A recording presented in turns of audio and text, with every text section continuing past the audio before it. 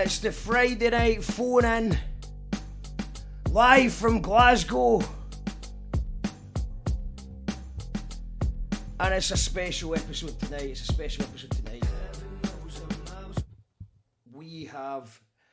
This is, you call that radio. We do audio podcasts, we do live streams, we do events. Hit the like and subscribe button. We do a lot. But the Friday night phone in is always special. But tonight it feels really special because not only am I going to interview one of my all-time musical heroes, but they've literally just a few moments ago found out they are number one in the charts. I think we go live now to Saul. All right, hello. James fame. How you doing, mate? Magic. Absolute magic. How does it feel to be number one? Well, it feels we were the perennial number twos. I think we've had like 600 number two albums or something. And no, well, we did have a number one, but it was the compilation album. By the way, I know I look like a tosser sat here with the sunglasses on and all the rest of it, but I'm actually in Portugal, and yeah, so there's something called the sun here. All right, I've heard about that. It's not the newspaper, it's a big fiery orb that lives in the sky, and it makes you feel warm. Anyway, I've been running in the forest, and I got the time wrong, so it was a bit of a fuck up there anyway. But anyway, that's what I thought had happened because of the, there's that since Brexit, they've changed the times, I think, or something like that. No, they've just rejected all possibility of communication. Did you see what the fucking tossers did today? Which is, it's astounding. I don't suppose we should be surprised, but of course the Conservatives said no to it. But the shock is the Labour Party said no to the offer that the EU made to have people between the age of 18 and 30 be able to come in and out and work and study for 4 years. It's just appalling, honestly. Wow. Fuck it. I've yet to find one, even from somebody who supports Brexit, not that there's many in my bubble, obviously the music bubble, the art bubble in Glasgow. There's nobody that really supports it, but when you occasionally do speak to somebody who was pro-Brexit, I've yet to find someone give me one example, just one example of a positive that's came out of Brexit. No, I mean, I know Jacob Rees-Mogg or whatever he's called tries to put on a brave face, but well, I think his family made a lot of money because they bet on the pound tanking, so I think it was a positive for them. Yeah, and he also moved his company, didn't he, out into Europe? The fucking honestly. But anyway, yeah. I mean, you've got your own kind of Brexit in Scotland, haven't you? Between Glasgow and Edinburgh. I mean, you obviously the north and the south.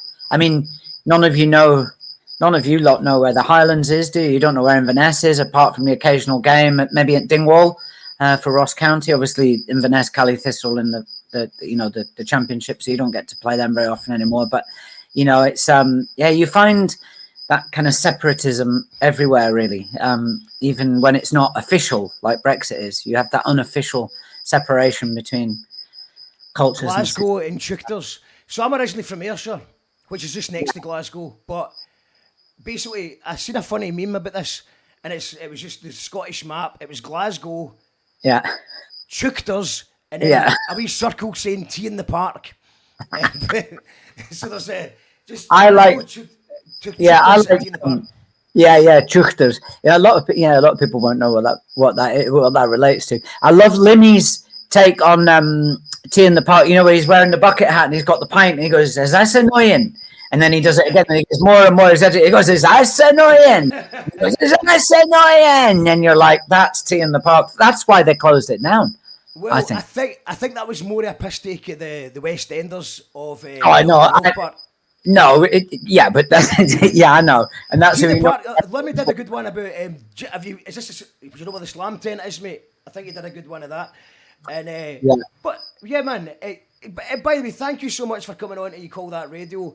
We've got a bunch of James loyal fans that are all excited about the number one. Yous have got a cult following, by the way. Yeah. I've got, Yeah, it's quite a big cult, though. it's huge. Bigger than Scientology. Bigger than Scientology. Has Not- Scientology got a number one UK album? I think not. I think not. Although, it gives me a wee idea. Anyway. No, we do have a cult following. And in fact, Scotland is one of the strongholds of our fan base, really. I mean, it's been... There hasn't been a gig. I can't remember one gig we've ever done in Scotland, anywhere in Scotland. I don't mean just Glasgow. Obviously, Glasgow is a hotbed of madness, but and whatever, all things cultish when it comes to James. But across the country, we've never done I don't remember a bad show in Scotland. It's magic. I've got a funny one. I seen yous live in a venue called. It was a festival called the Wizard Festival about 15 years ago. Right. And it was like the worst festival ever until you turned up on stage and you saved the festival. It was pissing of rain. It was like a kind of a school disco vibe. Everyone was underage drunks. It was chaotic. The weather was terrible, and it hadn't been very good. And you came on the Friday night, I think, and saved it. As soon as Tim came on the stage, you guys came on with an element of calm about you, and it was fantastic. And I just remember he's changed it, and then it got better from that. After that, there's a bit of a sound back. I'm getting a bit of feedback coming from here just now. Is that me? Is it me? Have you got a squeaky grasshopper in the background? Yeah, it's a grasshopper. Yeah. Wonder, we need to kill that grasshopper. How do we do that? No, just duct tape it smooth. Yeah, have you got any tape to put around its mouth? Yes, duct tape its gills.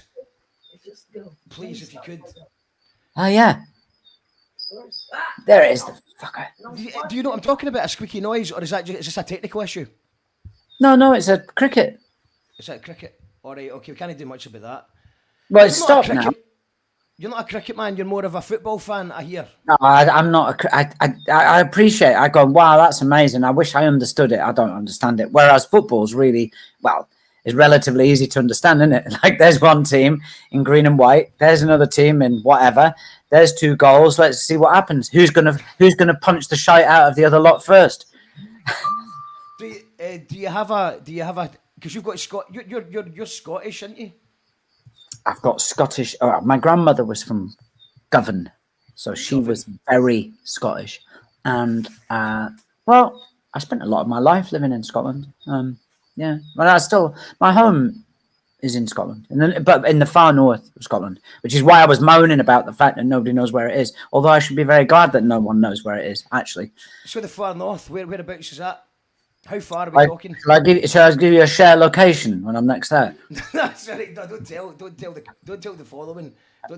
No, it's you go to a place called Inverness, right? Yeah. Which is like, straight up for 3 hours from you, and then you get to then you go north and west for like an hour and 3/4, and you come to that part of the northwest coast of Scotland. Do you remember Wizard Festival? Sorry, there was the noise confused me. I think did Las Vegas play at it as well? It was Aberdeenshire. I remember the next day because I'd got in. I know that was a different. Yeah, I'd get in as a journalist, and right. I'd been set up to interview Black Grape or the Happy Mondays, but it was definitely Sean Ryder anyway. I think it was Happy Mondays, but they were playing the next day. But then my girlfriend at the time get chucked out for having possession of a drug. Right. She had one drug on her, right, a pill. So she had to get flung out. So I missed the opportunity to interview them. And then by the time I got her back in, I'd missed that boat had sailed. But it was in a strange place. It was Aberdeenshire. It was like near Mintlaw or something like that. But anyway, what I was saying is that I was just trying to give you a compliment the fact that you were going in against a very difficult audience because everyone was freezing. It was raining, and the festival had a lot of technical issues.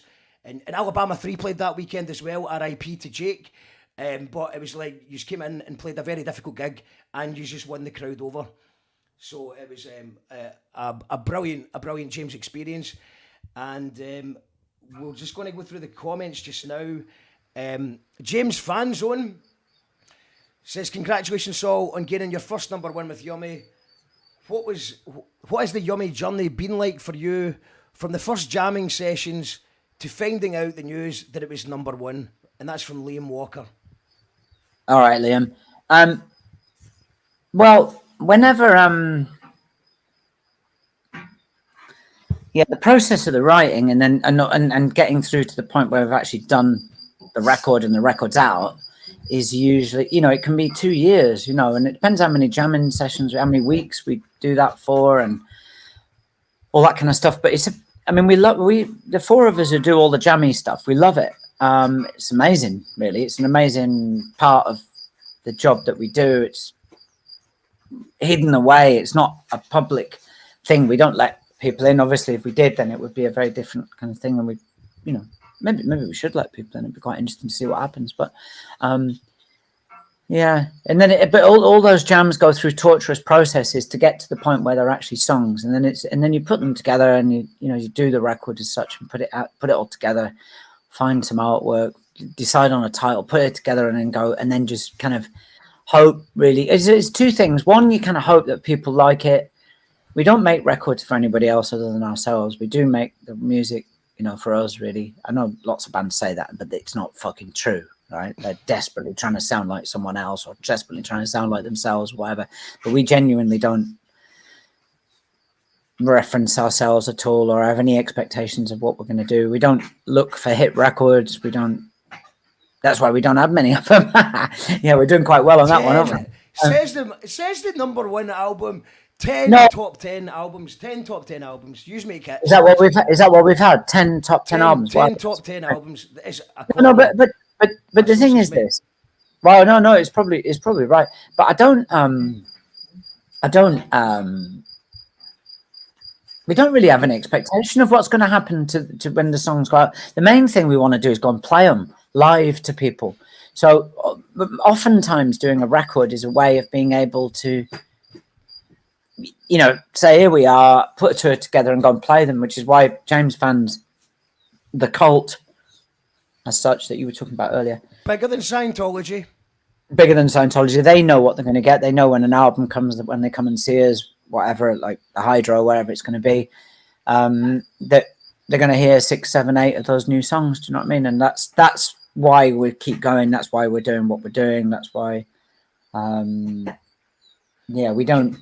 A lot of people who are in our position have been going for ages. There aren't actually that many bands have been going for as long as we have, but a lot of our peers, they get a little. It's difficult. Like what we do, the trick we pull off is a really difficult one to pull off, which is to somehow maintain some relevance. It's very hard to do.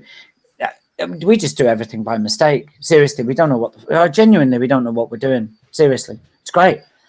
Well, that was actually leads me nicely. A question I wanted to ask you was about longevity. So, as someone who's in a band, we play festivals in the kind of sort of smaller. We're in smaller writing in the poster, but we tour about and play festivals, and we maybe tour. We maybe play like a 3-day tour. We'll maybe do Friday, Saturday, Sunday. Yeah. But I mean, the idea of like looking at all the tours you've done over the years, the longevity, the consistency. I mean, how do you do it? Do you have to just choose yoga or heroin, and then how do you make it work? It's it's a heady mixture of yoga and crack, really, pretty much, and not in that order. No, it's not. It's. Well, I'm teetotal. I haven't had a drink for 16 or 17 years. Congratulations on that, man. That's the only way you could do it, really. I mean, it's the hangovers. I've just hitting that age where the hangovers are just so bad that there's no way that I could do a tour and continue to. No, and also, but when you get, I mean, I'm a lot older than you. Like my neck, I'm about to be 59, right? And you can't. It's just disgraceful, right? It's just disgraceful.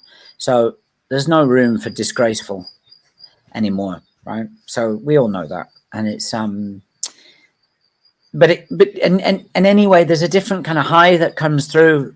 You know, I got used in the 90s to going on stage absolutely fucked, and I remember it all, and it was all great, whatever. But there's a different kind of buzz that you get going on stage straight. I run a lot and try to keep myself fit. You have to, otherwise you just can't. You can't do the job that we do, really.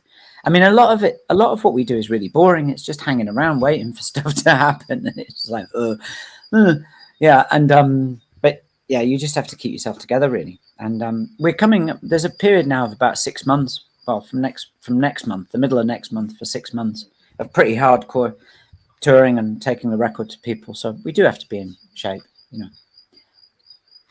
Yeah, you can't. It's a real answer. It's time to go on the treadmill. Where are we? We're in Portugal just now. Yeah, and I'm actually in a cupboard at the moment, but I'm actually exiting. I'm exiting the cupboard.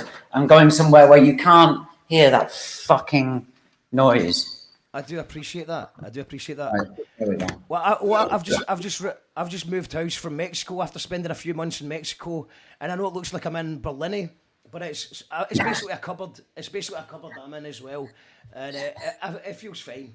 It feels fine. Barlini. Now I know what that reference is. There aren't many English people that would know what Barlini is. That's quite. Scottish. Yeah. You're Scottish, man. You've got your Scottish passport. Yes, exactly. When independence comes, you'll be back in the EU. Don't worry about that. Now we've got a lot. Don't get me started. Oh, Jesus. Yeah. We'll go through a couple of questions. Can I just ask, by the way, before we go any further, what's your curfew? How long have you got? What was that?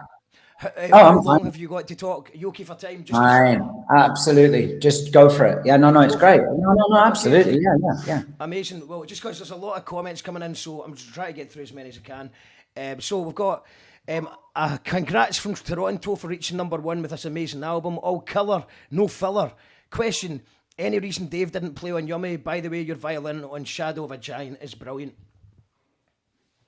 Well, thank you for that. That's amazing. From Toronto. Yeah, no. Yeah, that track "Shadow of a Giant" is a very interesting song. Almost didn't make it on the record, but we messed about with it a little bit and saved it, I suppose, in a way. I'm not sure it would have. It was kind of going in the wrong direction, and somehow we managed to pull it into the direction that it's in at the moment. And then we added some little bits and pieces, and Mark had done this quite remarkable piano thing, kind of a sketch. But we were on tour, and so Leo had produced the record. His mate John Hopkins came round, and so John played the piano on the beginning of it. John Hopkins played the beginning on it, and then I thought that it was. I seldom play violin, really, certainly acoustic violin like that one. And I thought, I'm gonna put a bit of acoustic violin. It was the one song on the record that lent itself to that kind of musical, lyrical kind of treatment, right? Whatever. And it was a little moment for me. Everything is cool now, but at the time, things were a little bit dodgy with me and members of my family, and I thought it would be that was me just playing through it a little bit, and that was it's a very special bit of violin playing to me, as in it means something very special to me. Whether anybody else gets it, I think it's not the point, really, but it's it's cool. And Dave did play on Yummy. He did, I think, or maybe he's so lazy, that boy, honestly. No, I'll tell you, actually, Dave. Throughout the process of recording the record, as such, we were on tour, and we were in and out of the studio. And Leo had to grab some of those bits and pieces, just like, you come in for a day, or I've got half a day. Okay, bang, come and do some stuff. And that's the only way we could do it. And we used the original jams as the basis for these productions. We had no other time. No other time was available to us. And Leo had to use other people to play some parts, rhythm parts only. Other than John coming in and just was in passing. I think he came round to Leo's for a cup of tea and ended up playing piano on the record. But no, he needed some rhythm parts to be able to build the songs, build them back up. And we weren't around, so it was really technically and strategically really difficult. Dave is an amazing drummer and a powerhouse, really. But yeah, it was just strategic, really. Just following on from the violin, Rachel Riggs says, "Congratulations to you and the band for amazing achievements, topping it all with Yummy. Your violin playing always inspires and excites, and your set, I think that is, at Latitude was cool as." No, I think she means my suit. She says your Suit, all suit. right, your suit, sorry. And I do actually think she means suit. Yeah. Oh well, you know what? I wasn't at Latitude. I'm assuming that you had an excellent suit on. I did. I looked fucking banging. Yeah, I did. No, I did.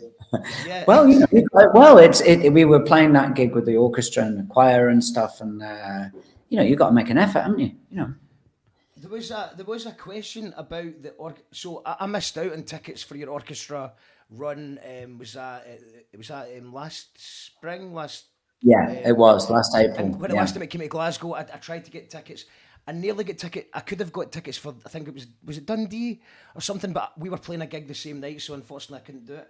But I've got a right. question from the James fan zone about that. They were saying we would love to know if we'll hear any Yummy tracks on the 2 orchestra dates later this year. Are you willing to give up some information on that, or do you even know? I'm not sure that I know for 100%, but we have talked about with Joe Dodell, who does the scores and all the rest of it, organises the orchestra and stuff. And we will, we must. I'm not sure. I don't think we've decided yet which ones. But we get quite a bit of time on stage. We're headlining those 2 events, one in Bedford, I think on the 5th or 6th of July, and then the following night at Lytham.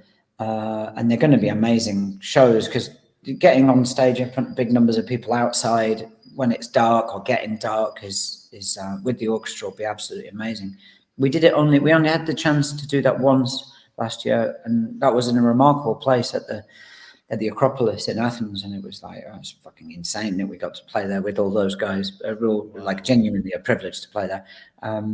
But yeah, I know we will have to play some of those tunes off this record. You're obligated to. The people love Well, it. no, we are. We're also obligated to play other songs, perhaps that we had not played in the April-May tour last year. And it's great. It's a real opportunity to expand the catalogue as well within that, guys. Do you know what I mean? With the orchestra.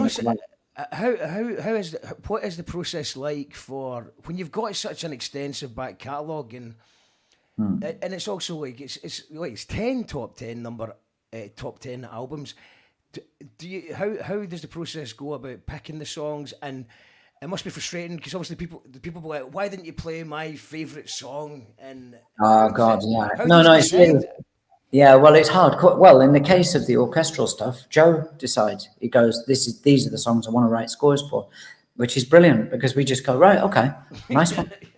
No. Well, also because he's a huge fan, right? So he really knows the band. Like he's worked with us like for quite a while, so he really gets us. So if he thinks that a particular tune is going to lend itself to one of his scores, there's no point in us going, oh, we're not quite sure.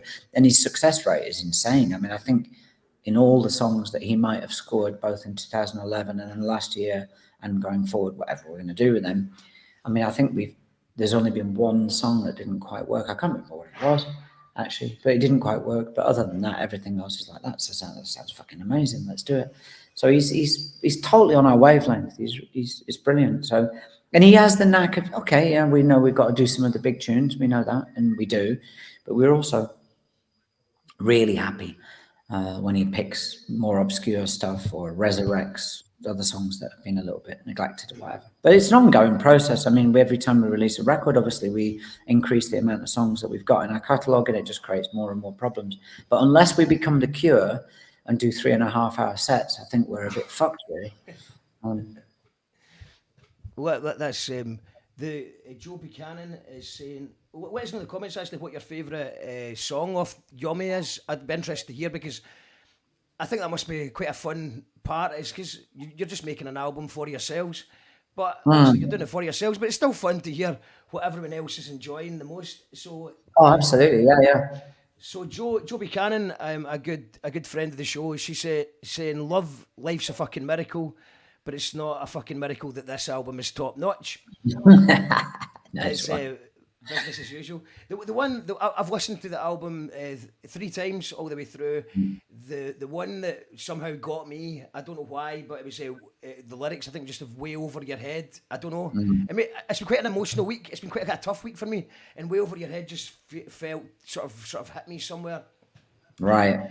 But I mean, there's just obviously. So I grew up. I was a sort of a kid when Madchester was happening, and then I was like peak age for Britpop to happen. You know, I was about 14 when that was all kicking off, and I've just been listening to you all the way through. I've seen you loads of times. The tune for me, my favourite song, is "Getting Away with It All Messed Up," and that song does something to me. It gives me joy. It gives me pain, and I can get almost check the temperature of my mental health just by listening to it, because it's one of the most incredible songs ever made. Can I just selfishly ask about the making of that and how that came about? Wow. Yeah. So the majority, the vast majority, in fact, nearly all of the work that we've ever done has been jammed between various people at various points. But there was a period in the very late 90s, just into the 2000s, and that record, Pleased to Meet You, which is a favorite of mine. Some of the songs on that record they weren't jammed, they were just pieced together by people at home, and then Tim sang some stuff, and then we thought, oh, we got a record, we went into the studio, and then we worked on the songs with Brian. But that song I put together, so I came up with the little that little riff at the beginning of it, and the chord sequence, which is the same sequence of chords all the way through the song, and played a lot, programmed up some little drum machine parts, and did some other percussive things, and then put the big wobbly sound that comes on near the end, put strings on it, did a lot of the stuff that's there really.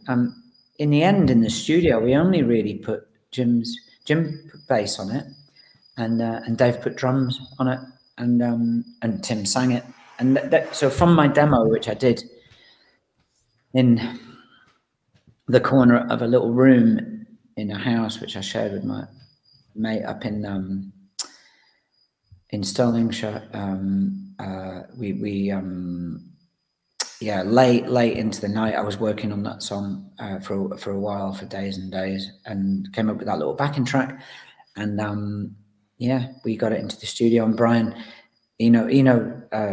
was thought it was magic, and we thought, can we get it better than the demo is, like with everybody playing it, and it didn't quite work, and there was just something in the sound of the way that all the instruments fitted together. I recorded everything just on one microphone, layering things, and I had to mix things up in a particular way, like all the strings were all mushed together and they come thick and soupy, and it just had this big weird sound that kind of worked really, and the story that Tim weaves around the music is a beautiful story.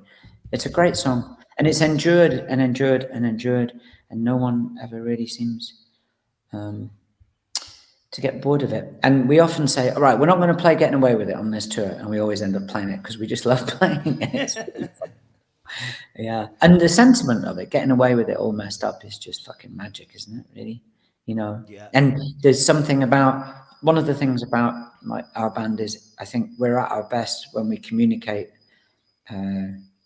tainted joy with people. So there's uplift, massive celebration, but there's always a little bit of tinged with something a little bit darker there, and that song has that in spades. That's a perfect James song, I would say. Yeah, I totally agree, man. It's there's just too many to choose, but if I was to choose, it's my favourite.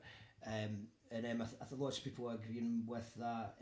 Kevin J saying it's very hard to pick for talking about the new album. Every track is flawless.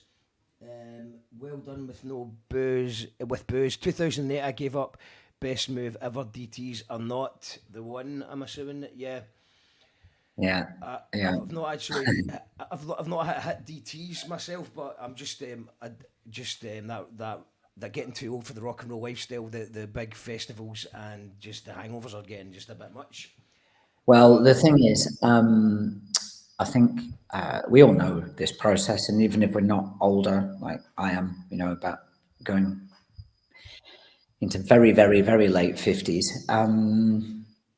we're all aware that we change and stuff happens, and yeah, we can't throw away our lives like that.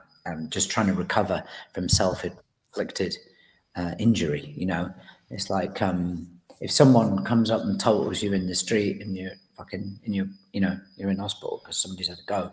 Well, that's different because someone's brought that and visited that on you, and that's, you know, I'm not saying that's what should happen, but I'm just saying. But if you inflict your damage on yourself, you're a fucking idiot, aren't you? Really.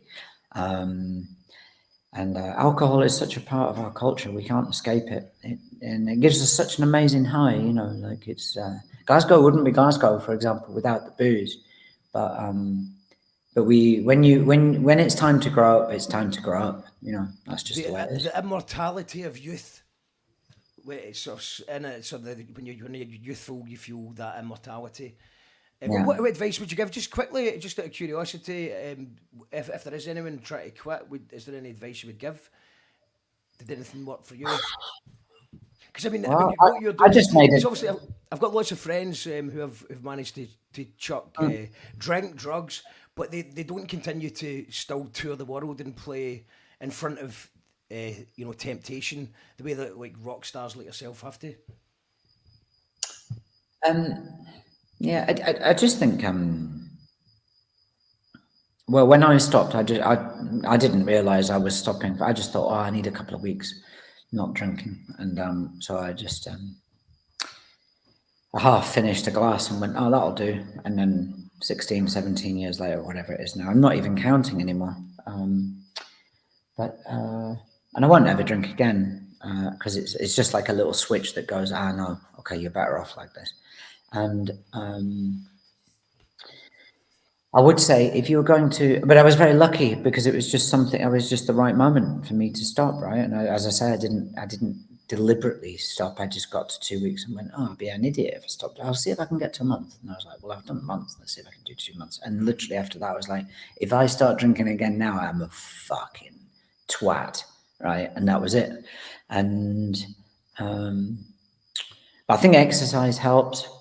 You know, like if you exercise, if you can do it, then it's an amazing way to push you through some moments probably where you feel really fucking wobbly and a bit like, But nobody's pretending it's easy. It was easy for me because I was lucky.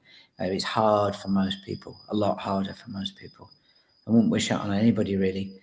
The thing is not to start in the fucking first place, but everything is there designed to make you to want to start, right? You know what I mean? They say it isn't, but it is. It's culture, right? And it's poor. We don't have enough conversation about it. It's violence, really. It's violence in a glass, right? And it's fun as well. But violence can also be fun, so people say. You know, well, some people love aggro, don't they? That's what they want to do, you know, and they might legitimize that by becoming boxers, or maybe that's what I'm doing by running all the time. Like, you know, it's quite a hardcore thing to do, right? How does so obviously you're keeping fit and you're playing these gigs. How does adrenaline work for you when you play a gig now? Do you still get that high every time, or sometimes do you get nervous sometimes? Just wondering about how the physicality of playing gigs. No, I don't think we get. No, I don't get nervous. I look forward to it. I really, really, really genuinely look forward to getting on stage, and I don't. It's not like a hyper excitement or anything. I mean, it's a job as well, and you have to think, right, hang on a minute, where are the potential difficulties coming up in a set? You know, you're going to do a set for 2 hours 15 or whatever. And you go, yeah, there'll be 1 or 2 moments where it's a bit dodgy, like whatever, either individually or collectively, where we could have, you know, you go, I wish we'd done a bit more rehearsal. Fuck. But you always overcome those. I mean, we were doing a signing the other day in HMV on Oxford Street in London, and we were like, we didn't realize it had been advertised that we were going to play, right? And we didn't realize until that day that we were going to have to play anything. And so there's just 4 of us, and we were like, oh, fuck, what are we going to do? And we were standing there on this little stage with no gear, really, no instruments. We just had an instrument each. And for a laugh, I said to Tim, oh, let's do Walking the Ghost, right? So for real hardcore James fans, they'll know that song from 1990, Gold Mother. And we seldom play it. We haven't played it for years. And Mark was like, well, I haven't really got anything to play. And Tim was like, oh, let's just have a wee shot. We played it, and it was mesmerizing, right? So we said, let's do it. So we played it in front of Like at a record signing, we go and play that tune, do you know what I mean? And we walked away from it going, we can do anything, can't we? We're just like, because it doesn't, like failure doesn't matter, does it?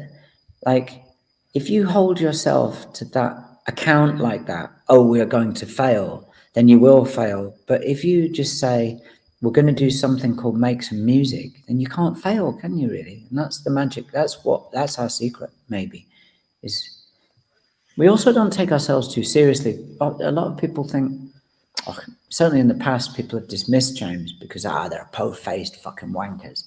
And we're not at all. We don't take ourselves very seriously. I think we see a lot of humor in life and we try to find fun. Fun sounds like such a shy word, but we're looking for the absurd as well. And we're more than prepared to take the piss out of ourselves. It's very important. And it's really endearing as well, you know. It's like you're stronger for taking the piss out of yourself, aren't you? I think it's a British tradition, actually, in some ways. Yeah, absolutely. I think you touched on a few points there. One is I've actually had band members that I've kind of argued with that as well. Is like, you know, maybe we've got a fun song and they're like, oh, don't do that. It's like and it's like it'll make it sound like a novelty band or a comedy band, and it's like I take the music seriously, but I don't want to take myself seriously, and that's a big distinction that a lot of people can't get. The other thing that I thought was really interesting is just the fact that, so for example, I'd never had I've had been nervous before gigs, but I genuinely had some like actual shiting myself moments since post lockdown, just because I think maybe I was out of the habit of just playing all the time, and we had a couple of band member changes, and I knew that we weren't ready, and I actually did feel like a bit, and it was weird because it's never really happened before. It came out of the blue. But yeah, no, I think that's a good way. A good mantra is just what, because you always get through it. By the end of it, you're like, that was fine. What was the yeah. Also, there's a thing here which is bands in particular cities, you know, like Liverpool, Sheffield, Manchester, Glasgow, wherever, right? You know, you have a scene, don't you? Like it changes all the time, but you have like a scene, and bands come and go. They want to be part of the scene, and then somebody goes, I don't want to be, and then it moves on and then becomes something else and all the rest of it. But whilst you're in a scene, the rules are set by other people, really. The scene sets the rules, right? The way you wear your hair, what kind of trousers you can wear, what kind of lyrics you can sing, what kind of guitar you play, what kind of amp you've got, what kind of beat you could. It's shite, right? It's fucking stultifying bullshit, right? Which is why when I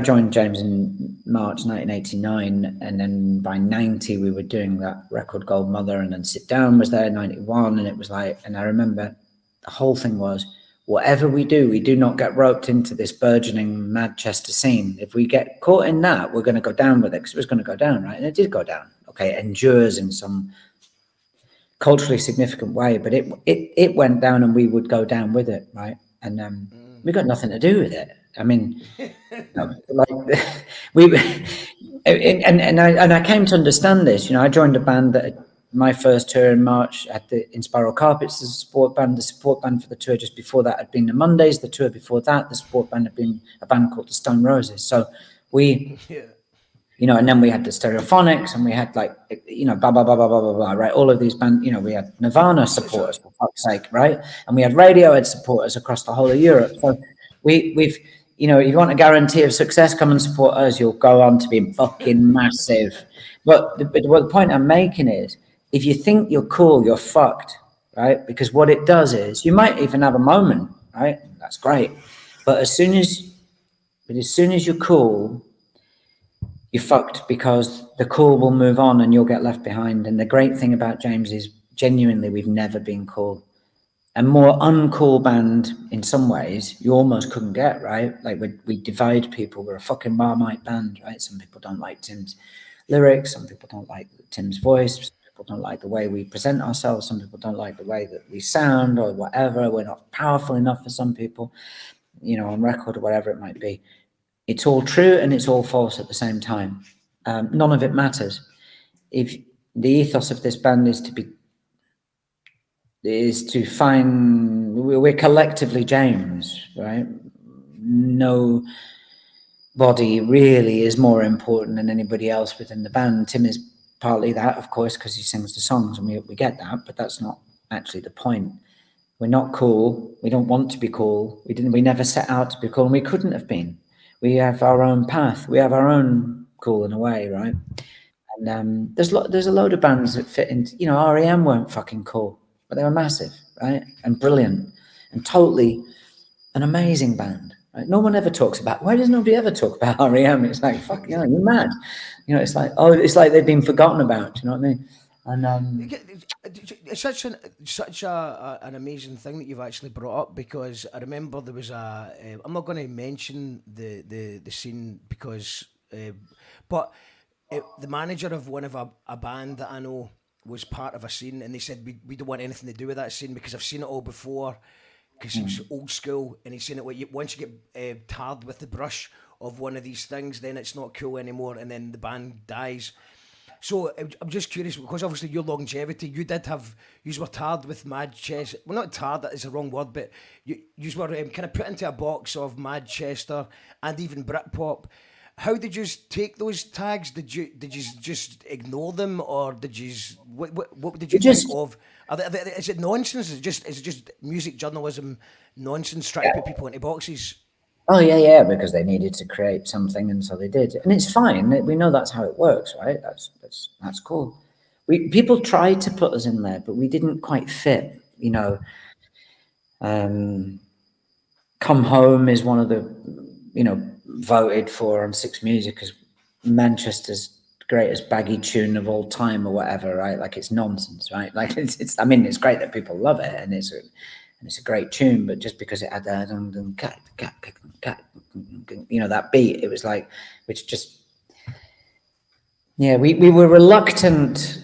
We had a reluctant seat at the table, really, and the influences on us were always like the Doors and the Velvet Underground and Dylan and Neil Young and all of that kind of stuff, right? Whereas, and so, and some wayward things as well, you know, Beefheart and so Jimmy was into the Fall, right? I mean, you know, Jim was, you know, was into the Fall. I mean, that's not but it's essentially quintessentially Salford, Manchester, whatever. But you know, he wasn't into them because they were on the front of the enemy or whatever. You know, I mean, it was different. It's about, you know, anger and reality and finding your own voice, and not necessarily, some of that might be within a scene, some of it is outside of, but we were very reluctant. I mean, when I joined in 1989, we did some front covers. I just saw one the other day. Somebody brought it along to one of the signings. It was a Melody Maker front cover, which is pretty cool. But those guys turned down the Enemy front cover in mid-80s. And when they did the Meat is Murder tour with the Smiths, you know, they had the chance to become massive on the coattails of that, and they shrunk away, really. They didn't want the limelight at all. They wanted just to get on and write songs in a kitchen in Hume and just make music. And well, now we're more ambitious, you know, and it's testament to that ambition that we now have a #1 album after all of this time. But we don't, there's no table that has a space for James. We just are there, right? And I think that people will come to us. We don't need to go to them. And I think that over time, slowly but surely, what's happening is people are kind of getting us a little bit. And it's a really beautiful feeling, actually. And new fans. I think I've seen just a comment. There's lots of comments coming through, guys. Keep asking your questions. I'm trying to get through as many as I can. But there was a comment from someone who said that they've seen you recently for the first time. I think it was last year, and now they've got tickets for Glasgow and Aberdeen. I think it was Kevin that said that. I'm just trying to keep track of all of it. Joe Diak, Nice. who plays bass in my band Gyro Babies and our own band The Twistettes, says, "If you think you're cool, you're fucked. Quote of the year just landed." And yeah, because I mean, being uncool, that's how you're cool. That being uncool is cool. I just think that there's parts of Glasgow, aren't there, where being cool is like, all right, yeah, it's like, fucking, all right, pal, magic, you're fucking, you know what I mean? You're cool. And no, you're not. no, you're not fucking cool, are you? You're a fucking tit. And and then there's other bits. Then there's other bits of Glasgow where you just are. Do you know what I mean? And you just get on with your life, and you're not bothered whether you're seen out on the street with the right strides on or whatever. And it's just like, you know. And I just think we really restrict ourselves culturally and musically, right, and artistically and creatively, you know, when we start to worry about whether we're, you know, wearing the right pants and hitting the right children's glockenspiel. You know what I mean? It's and I think, and I do think, like, one of the reasons why I love football is because football cuts through all the bullshit, right? Like, it's absolutely real, right? When people go out on the pitch, on a park, and they play,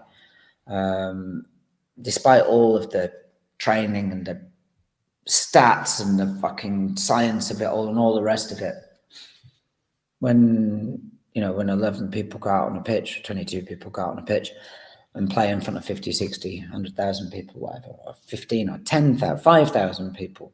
So it's reality, right? And that's why I love football. It's it cuts through all the cool bullshit. There's no time for cool. You're on the bench if you think you're cool. And then there's a kind of cool which is just that, like, no one, right, is going to say that Leonard Cohen wasn't one of the coolest guys to ever walk the planet, right? But Leonard Cohen was cool as fuck, right? And he's just there, just a guy who could almost not sing, who almost couldn't play guitar, who wrote some of the best songs ever written, and made some of the greatest recordings ever made. You know, So Long Marianne, Suzanne, Bird on a Wire. These are effortless genius. Anybody who's listening to this and doesn't know those songs, go and, you know, give yourself an amazing evening. Go and get a fucking bottle of Lafroig and sit in front of the fire and listen to Leonard Cohen. Lafroig, egg thrown. This is the Friday night phone-in, and I've got a couple of special guests for you. They wanted to congratulate you on your journey. So she called that radio. We do the Friday night phone-in, and this is someone that you might know. I think you must know. I'm sure everyone watching, well, maybe not everyone's watching because it's an international audience, but they might be familiar with the show Still Game. Yes. Gavin Mitchell, absolute legend, who I believe he was involved in. Remember when you did the lockdown gig, the streaming thing you did? Yeah, music feeds thing, yeah. Yes. So I think Gavin Mitchell's involved with that. Gavin's wanted to send you, he was wanting to come on the show, he wanted to phone the Friday night phone-in. So Gavin Mitchell, take it away. Oh, look who it is, isn't he? How you doing, Mark? Gavin Mitchell here, better known as Bobby the Barman. I just wanted to say a big hello to you, Saul. I hope congratulations are in order at being at number one. Good things come to those who wait, sir. And you're a good man, and it's about time things came your way. So I just wanted to say hello, congratulate you. I couldn't come on live in person, unfortunately, because I'm on my way on a train in Billingham at the moment today. A Still Game gig, so lots of love for yours, Jack, Victor, eyes, all the rest. Even Mina, there you go, check that out. So I just wanted to say hello, and also just thanks a lot for all your good work you did during COVID with food banks, etc. You're some man, you deserve all the best, so I'm giving you all the best. All the best to you, Saul. 2 pints, you prick. Lots of love. Bye-bye. Gavin Mitchell, the legend. Right up, plus Gavin Mitchell in the house. Amazing, brilliant, what a dude. Fuck. Yeah, brilliant. He's a great guy, and wow. I've been lucky enough to meet him multiple times now. But the first time I met him, he did a video for my father, who's no longer with us. But my father wasn't keeping very well, and he did a video for him, and it was so funny.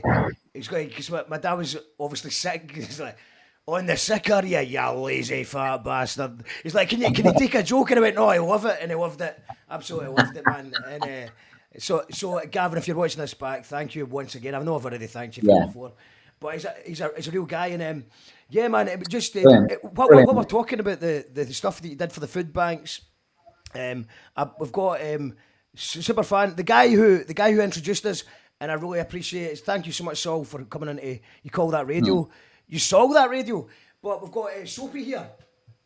Oh, whoa! Charles, how you doing? You good? I'm good. I have congratulations. That's amazing. Number one. Yeah, that's us done. I bought 6,000 of my own albums to get us there. Wow.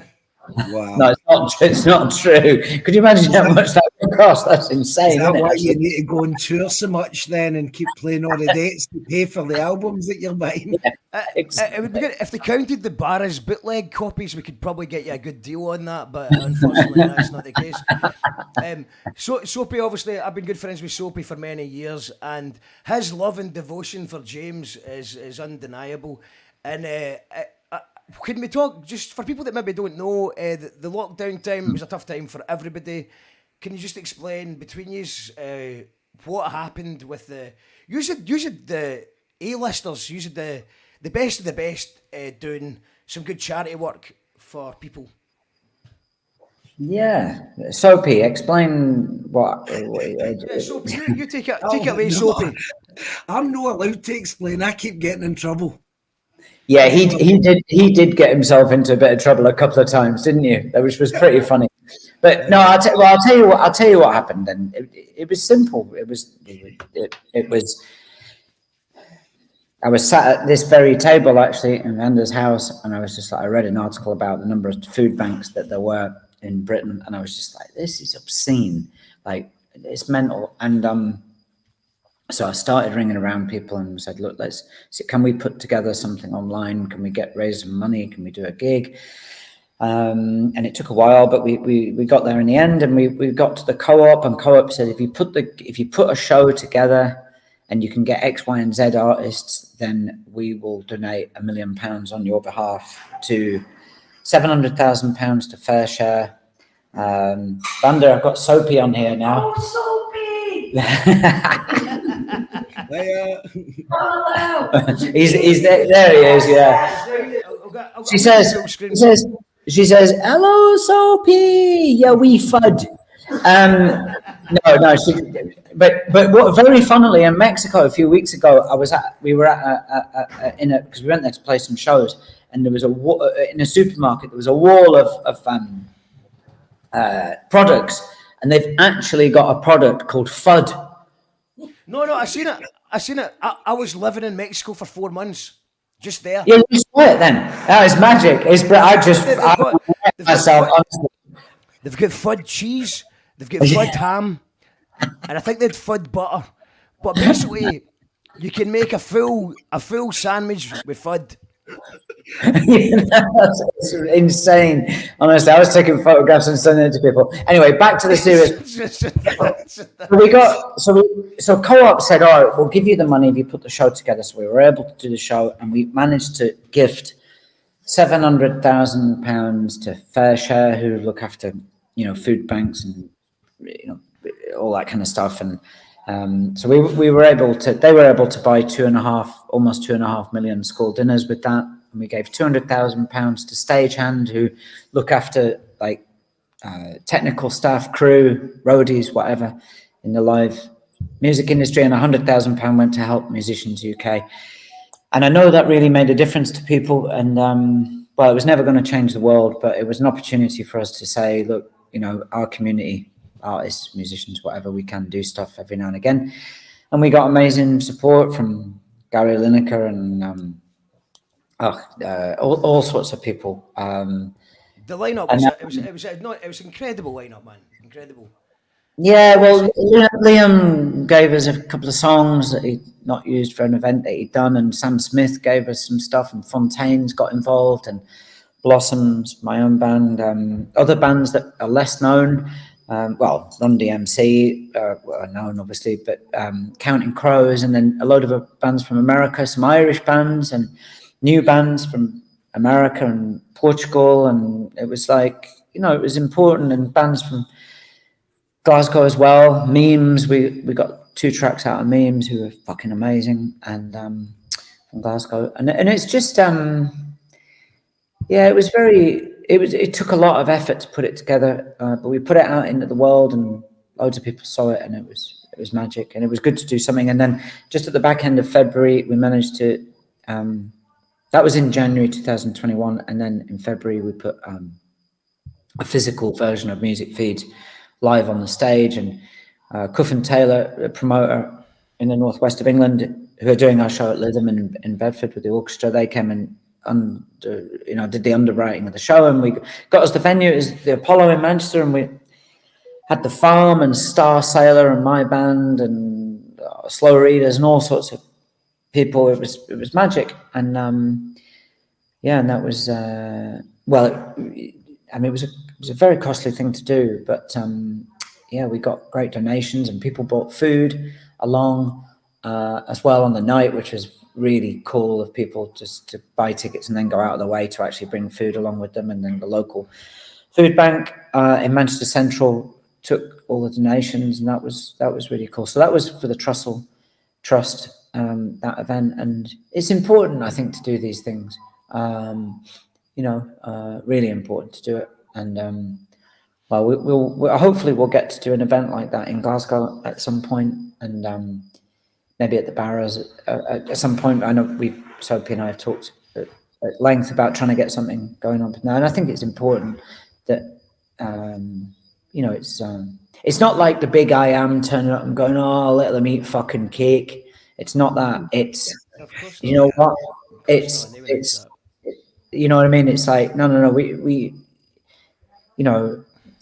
we all know people. There's people within our group that put that first Music Feeds on and online who were using food banks throughout the pandemic, and we all have people close to us who need to use those kinds of things sometimes, and it's good. That's shameful, really. So I think it's shameful that in Britain that we should need that to show that support to people. But so in the absence of that support coming from the top, then whoever wants to get involved should get involved. Really, it's cool. We're not looking for anything. It's not like, nobody's getting nailed to a cross. Do you know what I mean? No one's going to go and get to heaven doing anything. It's like, it's not for that. It's to show some solidarity with some people that need a bit of fucking help. Well, that's what that did was just during that time. It was just there was so many famous celebrities that were in our face all the time, and then COVID happened and they just disappeared and enjoyed their millions. So I've got much respect for anybody to just try and do their best. We try and do a charity gig. Just try and help if you can.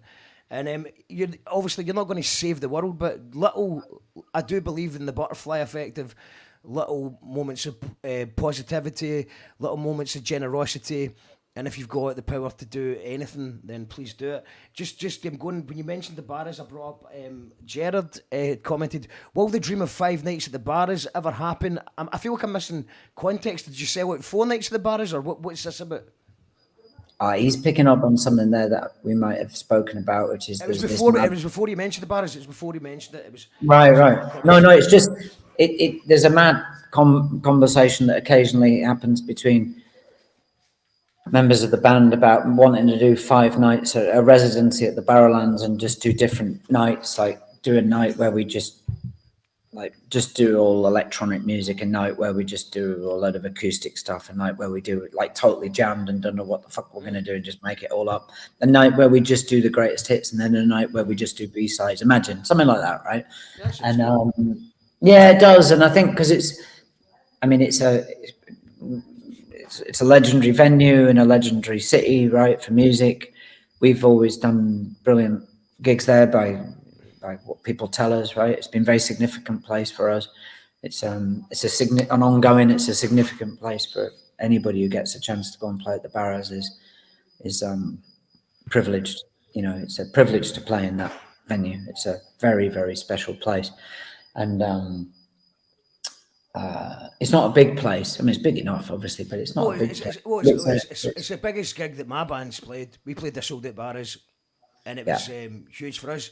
But what actually keeps the Barras ticking over is bands like yourselves who are actually too big for the barras that decide that they just want to play the barras again because it was fun. Yeah. It's a fun amount of people. I think it's 2,000 people, 2,100. It's a nice amount of people to just have fun. And the barras has got that bouncy floor and that old school stage.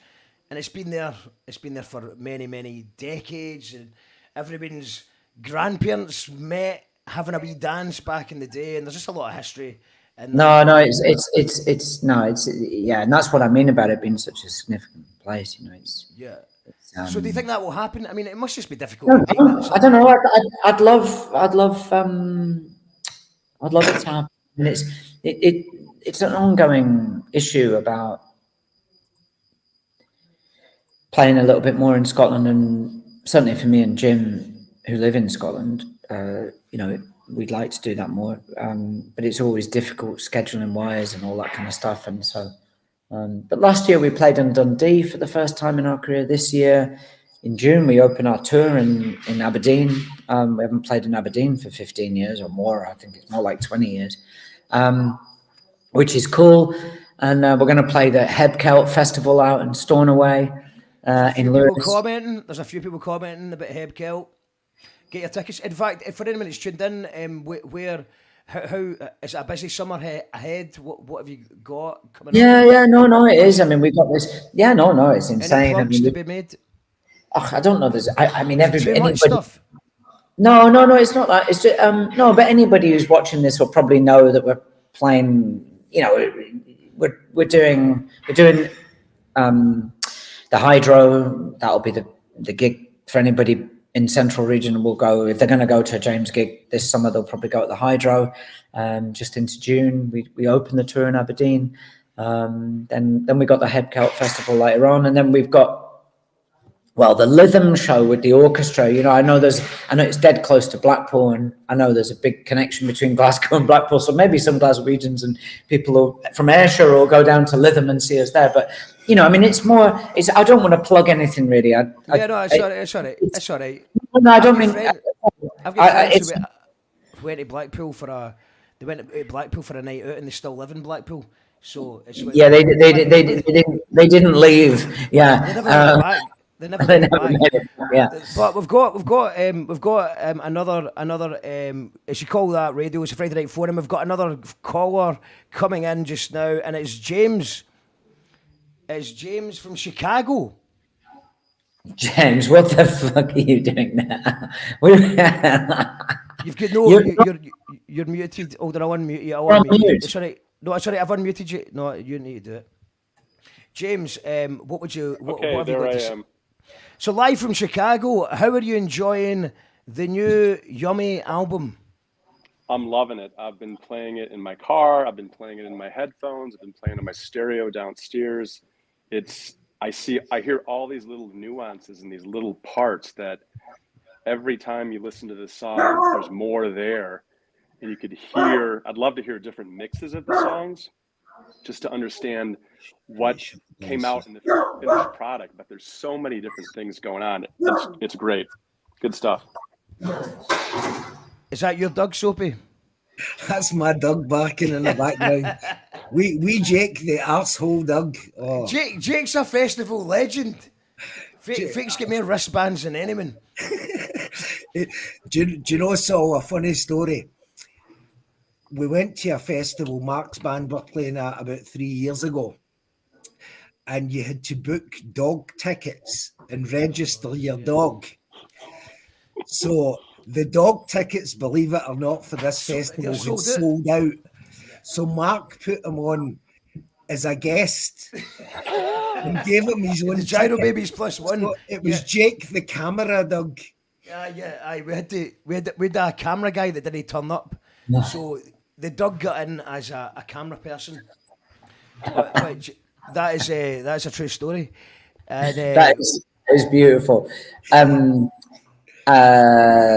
wait, Saul, I've been waiting to do this. Hold on. Congratulations. Congratulations. There you go. Very cool. Very James.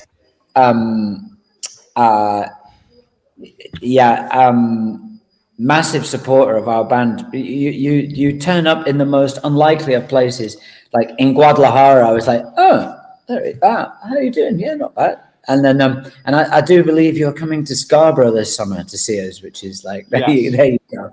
Yeah, but you get to see L as well. So he's like, yeah, no, but it's met. You know, they're opening a new airport at Scarborough International. So it's just flights from Chicago to Scarborough. Yeah. I'm coming on a small jet, yes. Sorry, I feel a little bit uncultured here, but I have no idea where that first place was. Where you said it's the most unlikeliest of places. Edwargagro? What was that? Guadalajara in Mexico. In Mexico, like there's a guy that lived in Mexico for 4 months, and I'll tell you what I learned about Mexico. 2 things: one, it's more expensive than they said it was going to be, and 2. It's bigger than Fife. It's bigger than the Kingdom of Fife. It's huge.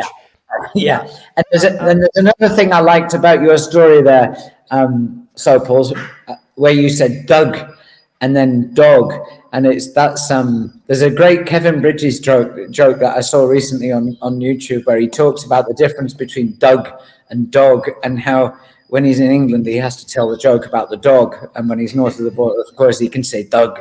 And it's funny that you just said that. It's brilliant, magic, absolutely beautiful. What's your favourite song, James, of the new James album? Do you have a favourite?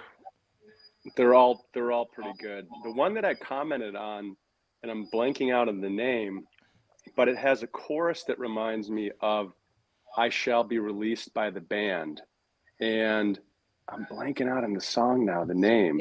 It's Shadow of a Giant, I think. Yes, Someone else has said that. Somebody else has said that to me. I even picked up on it when we were doing it in the studio. I was like, I shall be released, and everybody was like, nah. And I was like, it's got a flavour. It's not the same, but it's got a flavour. But it has a flavour. Yeah. No, that's a great pick.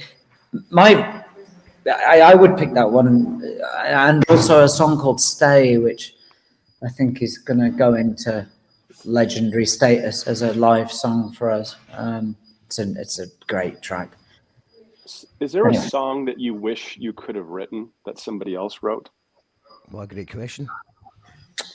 I mean, so many. Fucking hell. When I listen to Floyd and I go, why didn't we write Money or Time or something, or The Great Dig in the Sky or whatever, or when I listen to Leonard Cohen, I was talking about earlier, he's written some it's just like, fuck, listen to that. It's like, that's on another level.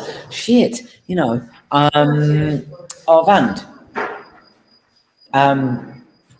There's I heard Paranoid the other day.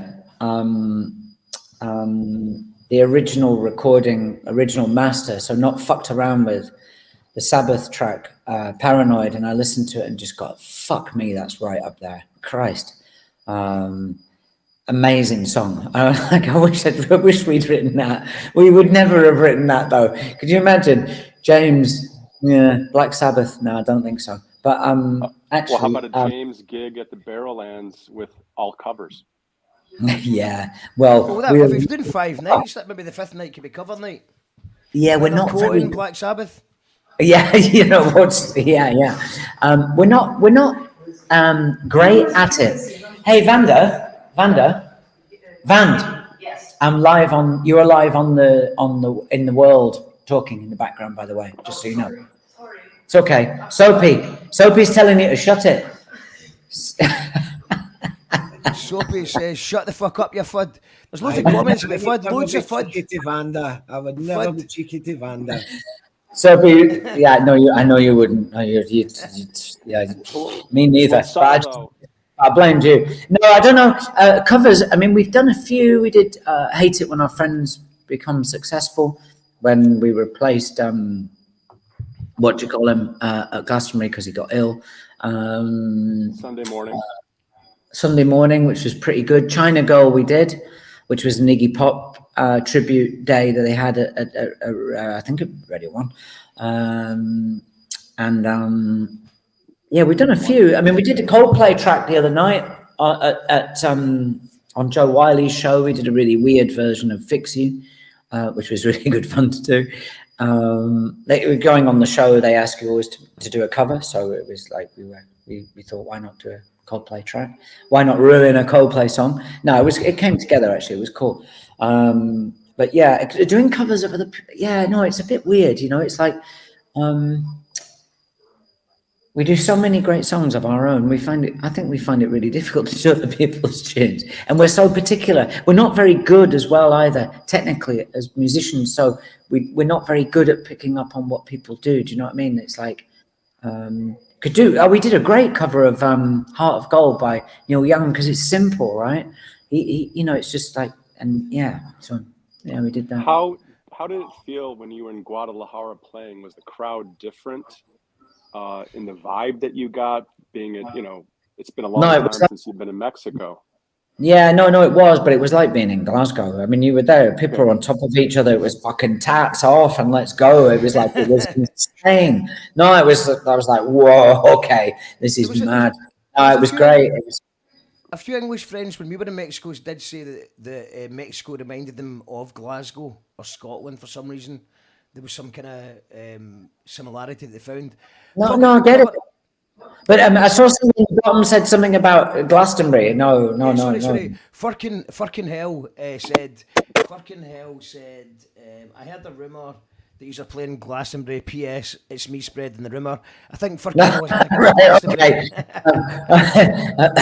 Yeah, that's a good one. Right, well, there you go. That's that one done. Speaking of cover versions. See, because you are so famous, he's got a #1 album, so we can't play any James music on here due to copyright issues. However, we've found a way around it. So right now, we're surrounded, there's a global gathering of James fans in the comments here. Everyone from around the world is watching us live, celebrating the #1 album. However, we've found potentially a way around. Maybe there's some people that have just tuned in that are listening to You Call That Radio from far, far, far away, and they've never heard James. So we're going to go live to Clydebank, I think, or Dumbarton. This is Paul. So, how you doing? Pretty good. So Paul, I think met you once briefly in a street in Manchester, but we'll do that later. Yeah. We're going to pretend that Paul's a YouTube video, right? Is everyone cool with this? So we're going to go live. So for anyone who's not familiar with the band James, this is the band James. Say something, anything. I've shown you everything. Give me a sign. Say something, anything. Your silence is deafening. Pay me in kind. A wee taste.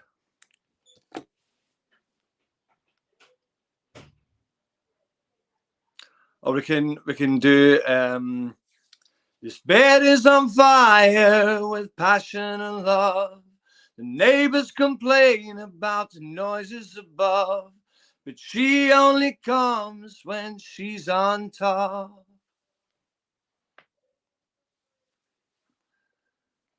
We could go on all night.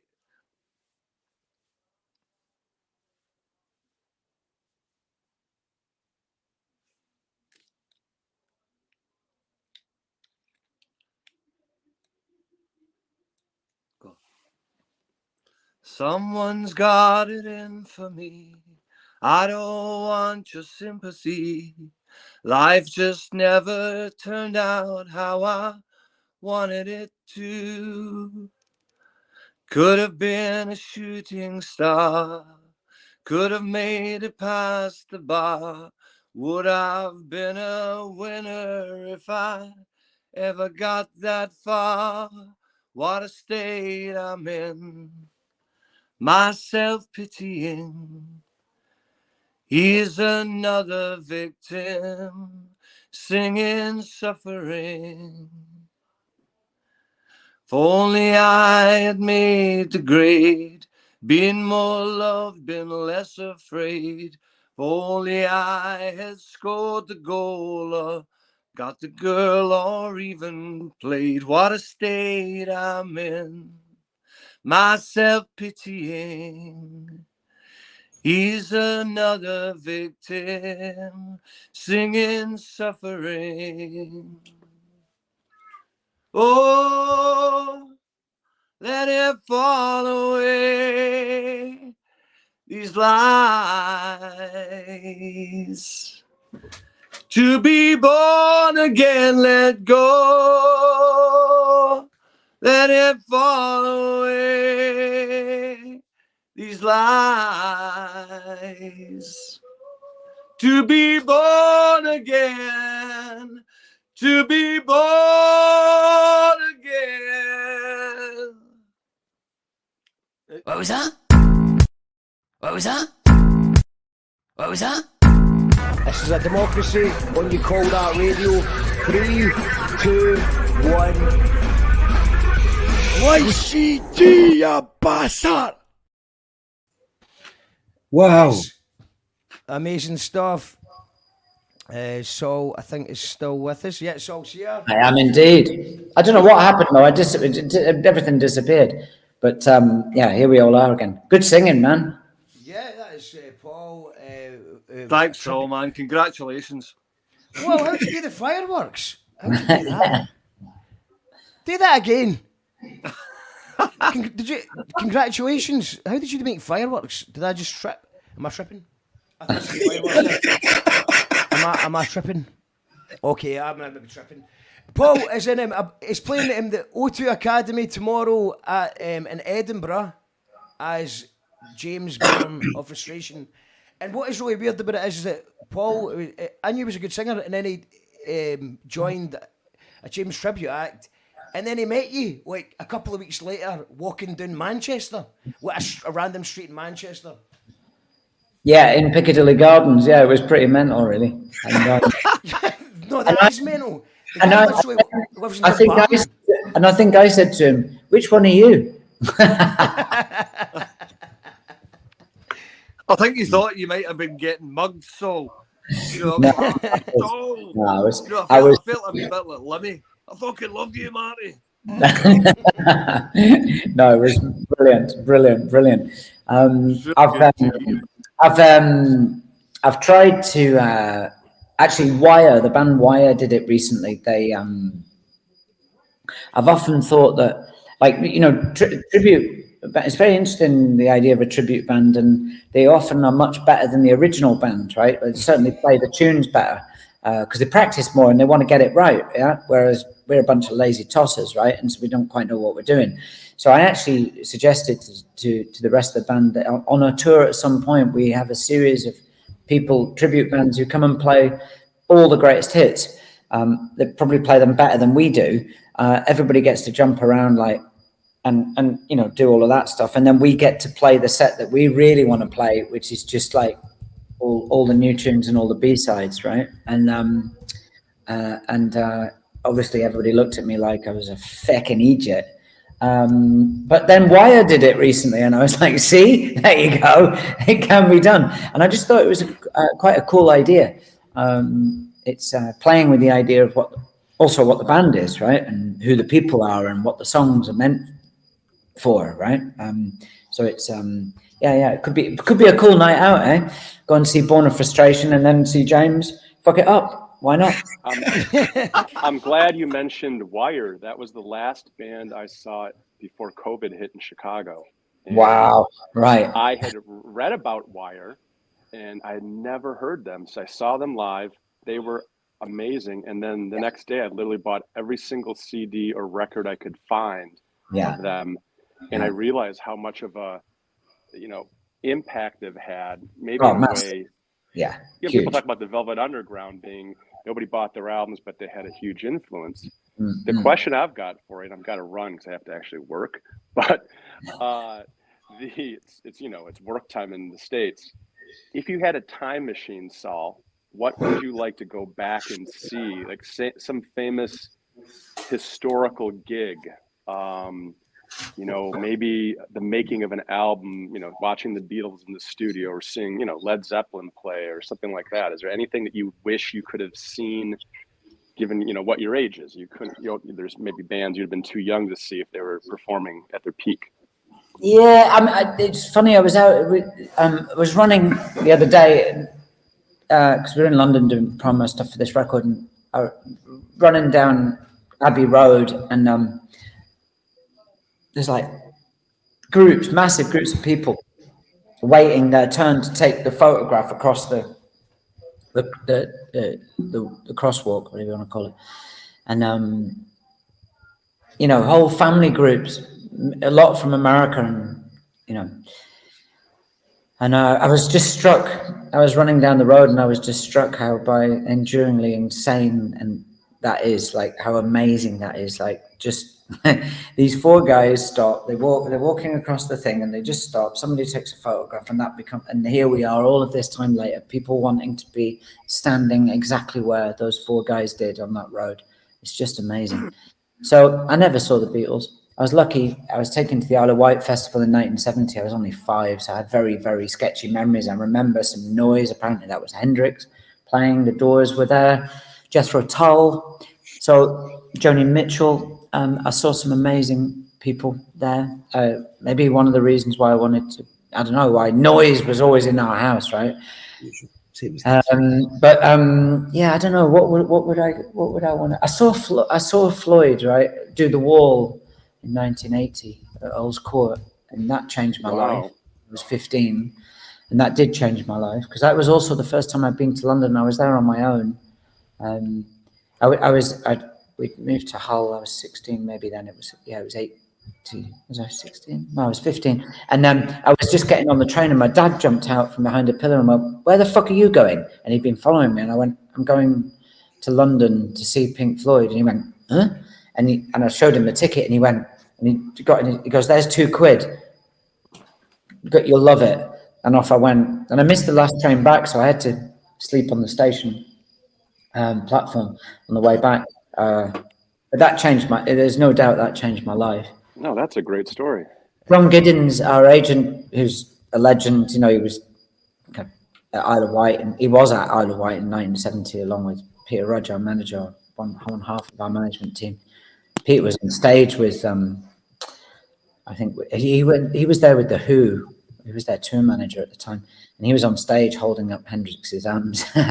But Giddens told me an amazing story. 1964 or 65, sat on the floor in a little bar in Soho in London, waiting for this band to come on. Room packed. We were sitting on the floor, sitting on tables, sitting wherever they could. Everybody smoking, drinking, whatever. And the band came through, and the guitar player walked past them, like literally like on their feet, and they kind of slide. The bottleneck fell off his finger, and he gave it back to him.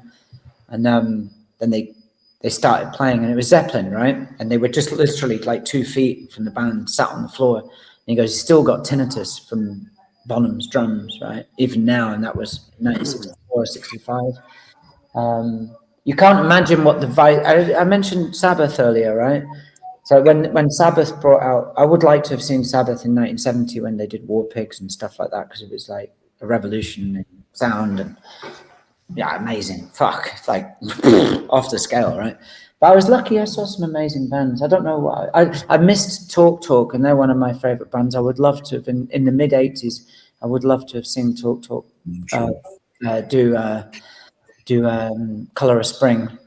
Montreux Festival footage, which is on YouTube, is an amazing sounding testament to what the band could do. But they're one of the greatest bands of all time, in my opinion. But so many bands, you know, like I wish I'd seen John Coltrane, right? Or I wish I'd seen the Pistols. Never saw the Pistols. So I'm not a snob when it comes to music. I like kind of everything, and I'm constantly looking for new things also, you know, and it's difficult to find new things that feels like it's got the kind of visceral energy and waywardness that you know, a new band, in my opinion, should have, right? A band that just simply doesn't give a fuck and just wants to make a noise. Check out this band called Blue October. Right. The reason I heard about them, I was at your gig in Chicago in 2019. I met a gal at the end of the show. She's waiting for some friends to pick her up for her ride home. And she's like, if you're a fan of James, you have to hear this band Blue October. I'm like, what? Never heard of them. Got into them after her recommendation, but it just goes to show you what one fan can do who loves the same band. If I had never heard of you guys, I never would have been at that gig, never would have heard of Blue October.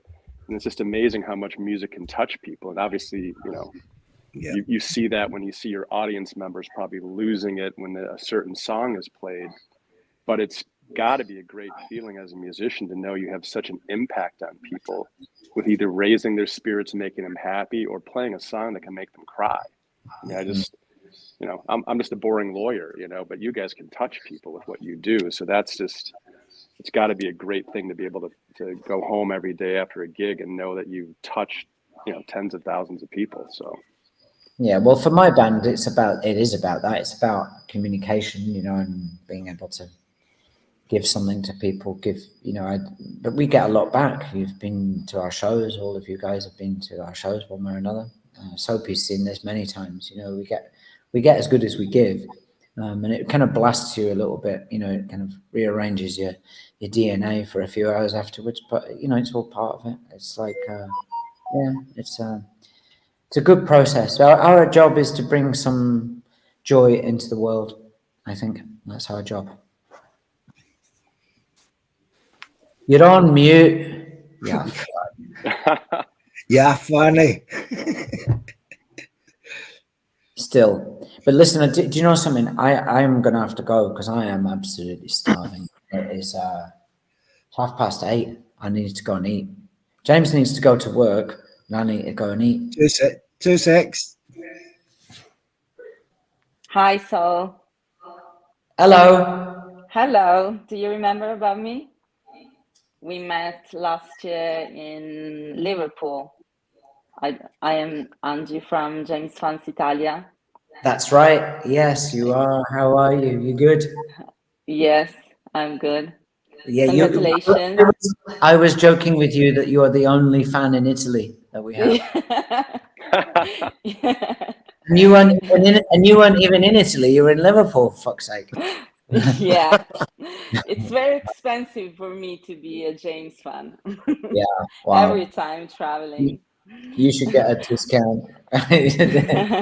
Yeah, but anyway. So I know you are starving, but just one question.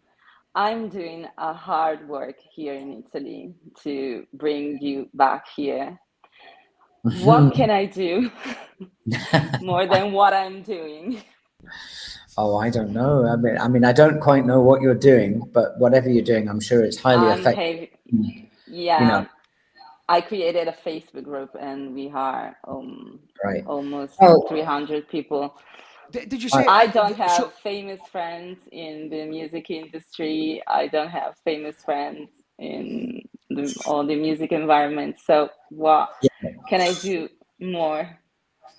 I don't think Brexit's made things difficult for James to tour. I heard that it's harder for you to tour in places like the USA. So Brexit's actually not just ruining things within the EU, but out with the EU as well. Is that correct?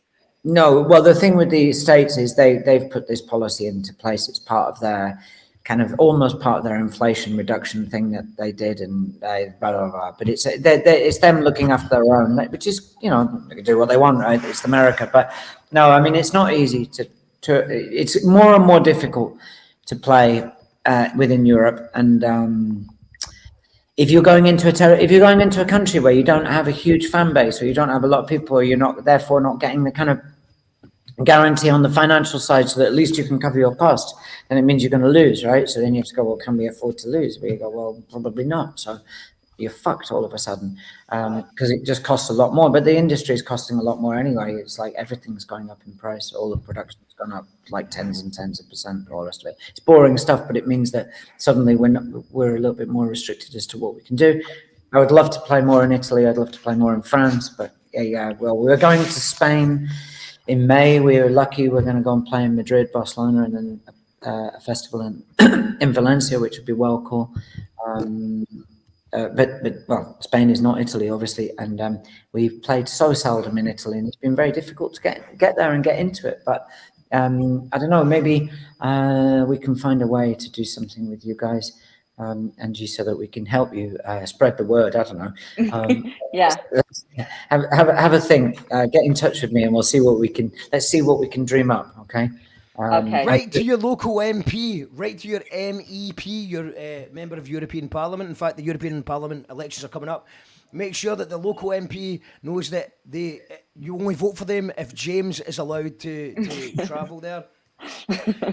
So I know you're trying to go, so I would just like to thank Angie for coming on the show. Thank you, Angie.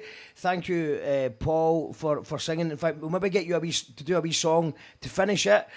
Soapy, thank you for introducing me to Saul. Amazing. And any final words, Saul, to the fans out there? And one more time, just to celebrate the fact that you hit that #1 slot. Yeah, no, I mean, well, it's obvious what I'm going to say. I'm going to thank everybody who bought the record, everybody who supported us, of course, and it kind of sounds a bit drab and a bit mundane to say so, but we are, after 42, 43 years, genuinely of being a band, you know, we're not going to ignore the people that allow us to be a band, and so it's a huge moment for us. I mean, we got to #1 with the Best Of It's a compilation, right? So this is a massive, massive moment. And to keep Beyonce off #1 and Mark Knopfler. Actually, I'm a huge Dire Straits fan. Well, certainly of the first 3 records. So I was a bit like... My dad's favourite band. My dad's favourite band. Yeah, well, the first 3 records were remarkable. And so I do feel a bit sorry for him. I'm a huge Mark Knopfler fan, actually. Anyway, never mind. But anyway... but you beat Beyonce. What do you care about Beyonce? You worried about Beyonce?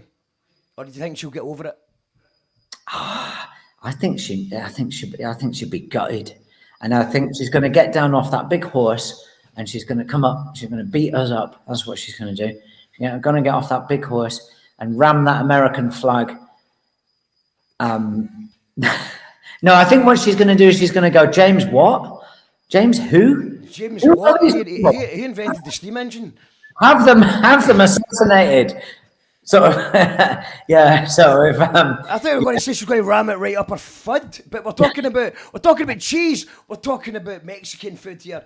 The way I have to say, I agree with you about people saying, "Oh, Mexico's really cheap." No, it's not. Not when you go there. No, you've got to take safety into account. So sometimes you'd look up a place that looks cheap or an area that looks cheap, and it's like, yeah, but you might get robbed. We went to Bayadora Festival, which had a yellow warning. So we went to some places that had yellow warnings, but we stayed away from the red warning places because, you know... They should have that, they should have that system in Glasgow, shouldn't they? Yeah, look, a weather forecast for stabbings. Yeah, I mean, everybody kind of knows. If you live in Glasgow, you kind of know. But I'm thinking about the casual kind of like the casual kind of visitor who just goes left rather than right and ends up in...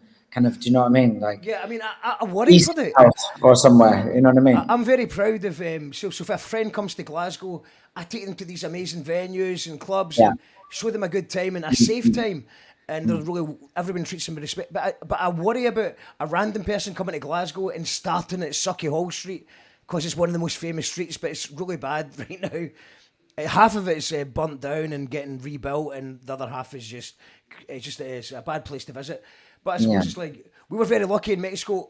Shout outs to all the Mexicans that looked after us. We met the People DJs. Shout outs to the People DJs. Shout outs to Siren, I think it's pronounced.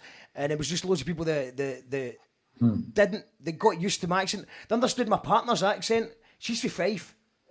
They didn't understand me at all, but I did my best to learn a bit of Spanish. And it felt welcome. But... I think, I loved it. And I think we are organising some gig swaps from Scotland and Mexico. But it's not all about me. One thing I'd like to say is the Pink Floyd The Wall album also changed my life. Something about watching the movie and the music. When I was 16, I went to college and I wrote a thing about it. And the guy went, you understand media. I dropped out soon after, but it was just quite a good feeling to actually understand something bigger, and I love The Wall. But thank you. So I know you're hungry, and I really appreciate you taking the time. It's been Not at all. amazing. It's been a real pleasure to talk to everybody on here. Yeah, absolutely. Of course. There's a whole bunch of people out here that love you. We're going to continue the show without you, if you don't mind, because there's so many people that are just wanting to chat, and I'm going to read out some more comments. But you're free to leave, and thank you so much, mate. When is James next back in Scotland?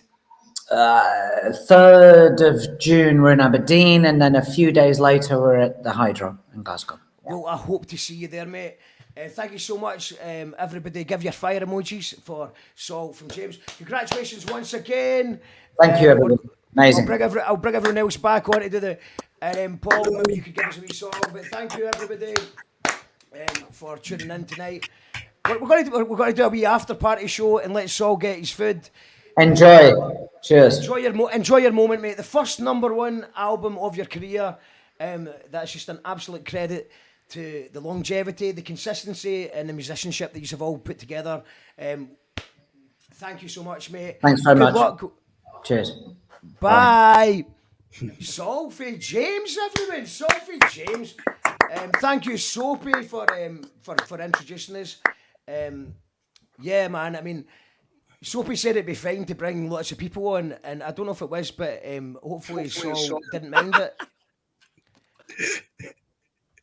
I think it got a bit much. I mean, I was losing track of what was going on, because it's like you ended up getting about how many guests? We've still got more guests. We've got more guests. Look at this. We got 6 guests, and that's not including the Gavin Mitchell video and then people that went in.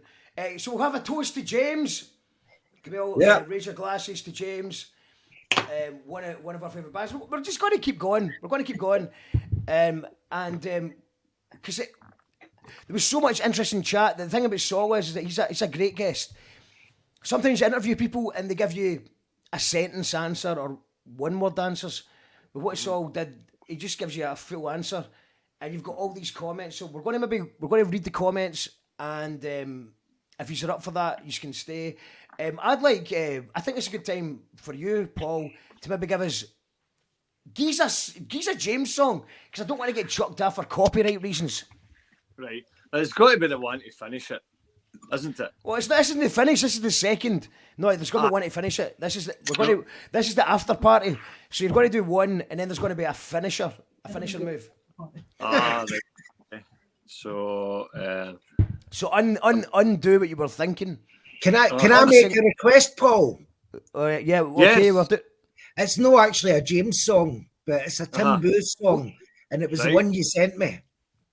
All right. Okay. Down to the Sea. Yeah. Oh, good song. Oh, the guitars came out! Oh, fuck's sake, the guitars out!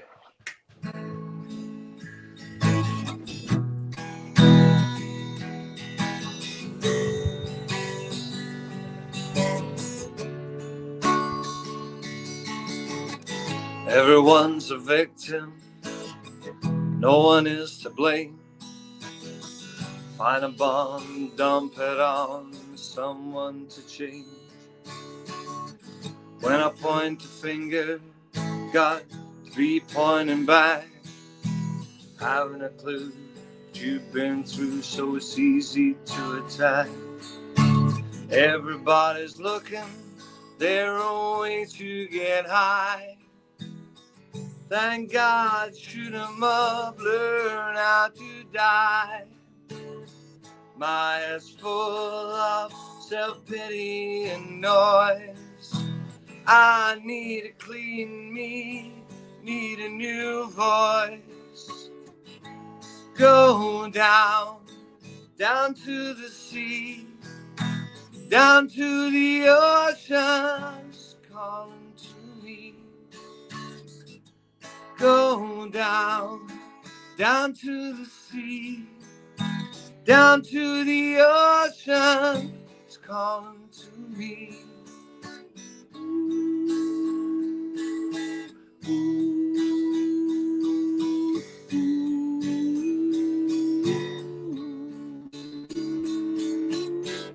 Everybody's famous for a second or two. could address the world's distress, but the pop stars on too. Looking so damn lonely, looking for a soul, trying hard to cover up emptiness, the hole. What you calling culture? It's just arcades and malls. I can hear myself think, I can hear my heart sing. Here's a diversion, howl at the moon. Only time I feel alive is when I'm with you. Go down, down to the sea, down to the ocean, just calling to me.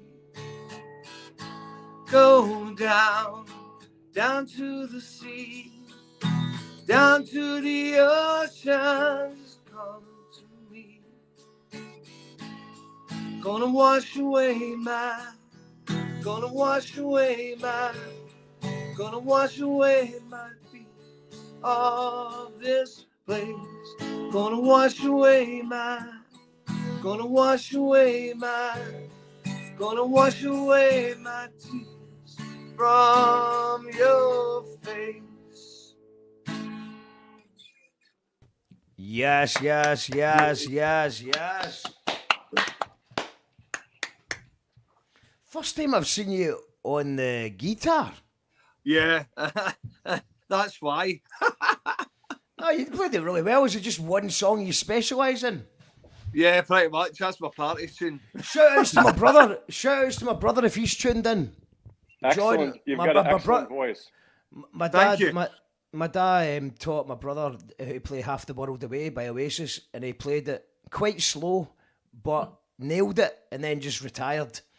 And he can still play it to this day. He's got a tune, and but he can play a better guitar. I'm not slagging anyone. He can play guitar better than I can.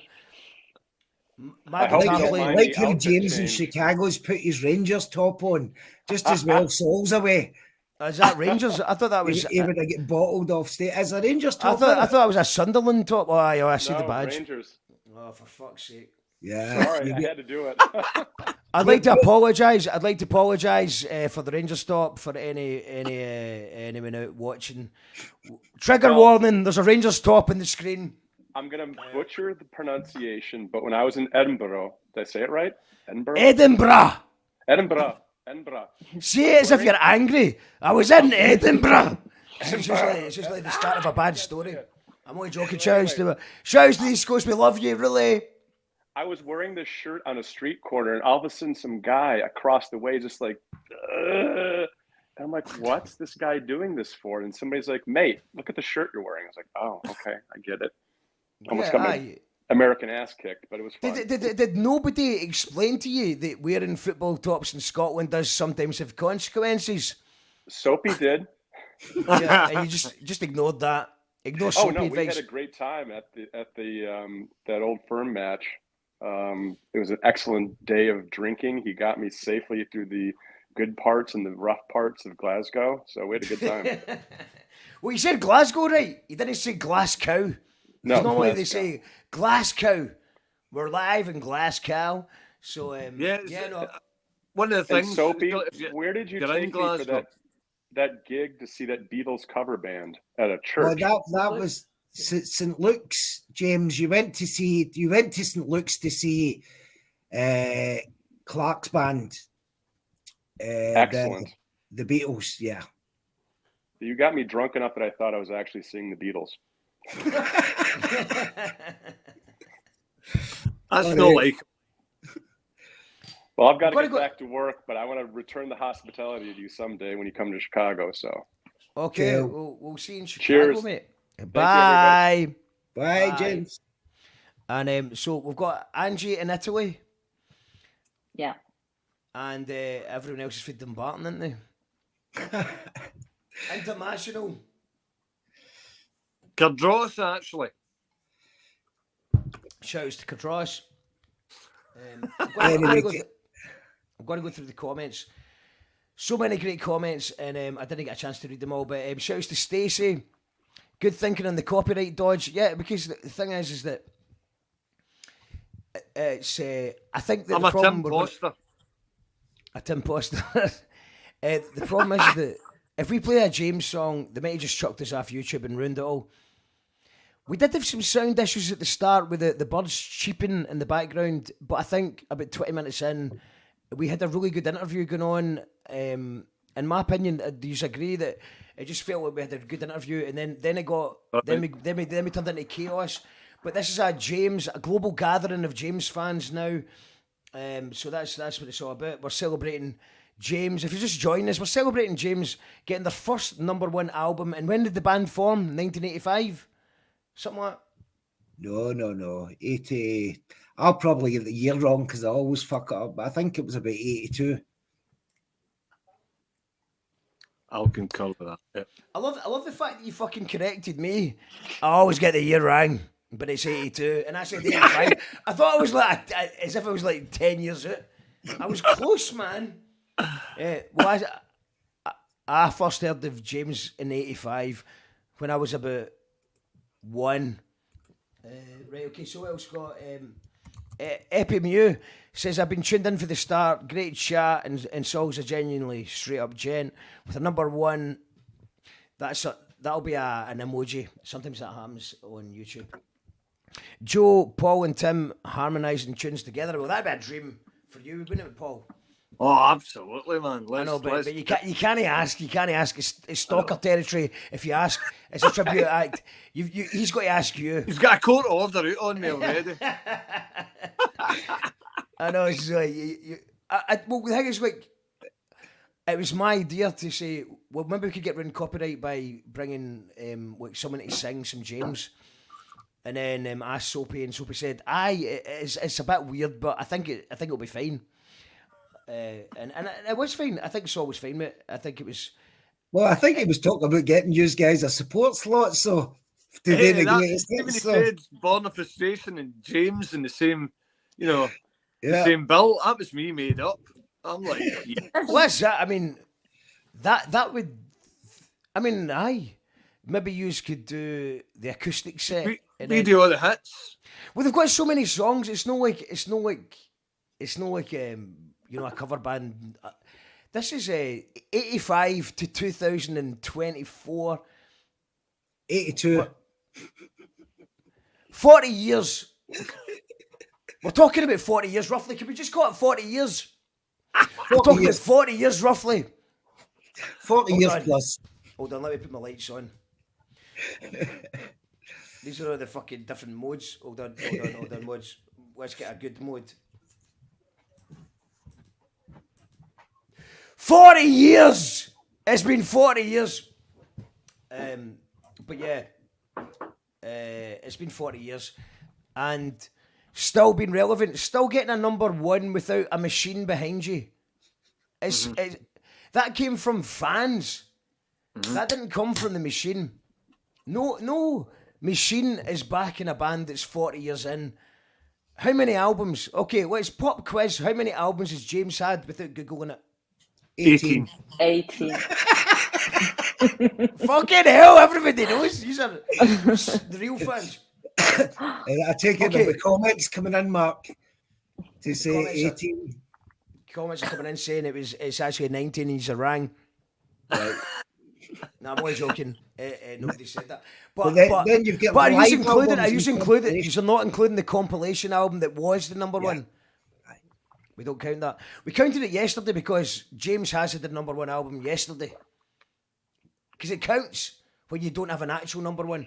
But today there is an actual #1.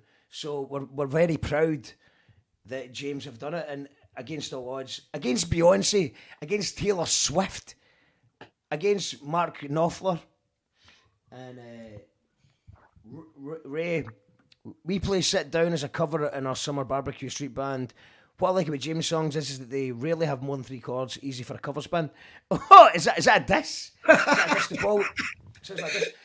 I think Ray, I'm so sorry I didn't ask your question. Ray had a great question, but he asked it right at the very start and we got flooded with comments. But he knows, he went to the same school and he knew the same teacher, music teacher. And I'm really sorry we didn't ask that question. Genuinely, I'm sorry we didn't ask that because I was like, the music teacher is still alive and he's an old boy, and he's maybe it would have been a great question. Who We else? should have got him in the show. We can do it again. Get him in the show. I don't think we're going to get another one. I don't think we're going to get a second series. Thanks for putting the show on, says Liam. I thought Liam was going to join us. Was that not part of it? No. Amazing interview, says Stuart. 1982, says James Fanzone. Now that's got to be that's been fact checked. That's fact checked. That's 1982. Joe Buchanan, exactly. Tribute to the Barras doing the hits, then James do the B-sides. That's what Saul said. It's a good time for Tim and Paul to go on stage together. I'd say, look at how you did the fireworks thing. I don't know. I've no idea. Nah, fuck it. Nah, I don't know how to do that. Okay. I would have joined. Join just now, Liam. I'm going to make maybe I'm going to put the link in the comments. If you want to phone in, it's Friday night phone in. Click that button. It's Liam's mum's birthday tonight, so you might be too eating busy. cake. Well, he said he would. I've just Eating cake, the yeah. link. This is the link. Just click that link there. If anyone wants to phone the Friday night phone in, we'll do this for another. We'll do it for another wee bit. So just click that link, join the show. It's a celebration party, but we don't have any music, so I'd like to play a song. So how can we play a song that is James without it being James? Can we play a song? Has anyone got a good James cover? There's a good question. A lot of James fans in the comments. Does anyone do a good James cover that you know? Because that would probably bypass the copyright. Paul, I know you do great covers, but it was just so we could all have play a song. That would be interesting, aye. Do the heart sign and hearts appear on screen, Paul. What? No, my screen. No, my screen. No. I don't know what that is. Yeah. No idea about that. No. So, while I'm going to dig through some comments. So, Angie, I'll start with you. I want to ask you all the same question. What was the moment that you fell in love with the band James? And we'll start with Angie and we'll go around anti-clockwise and I'll find that as a cover version. So this is a quite weird story. Not weird, but I met James in 2017 or 16. So not a very long time ago compared how old the band is. And so my ex-boyfriend knew them and liked them a lot. And he showed me a video of James. It was the Tea in the Park 2014, I think.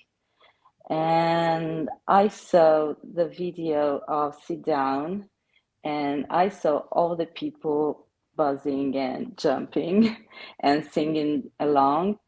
And in that moment, I fell in love with the atmosphere of the band.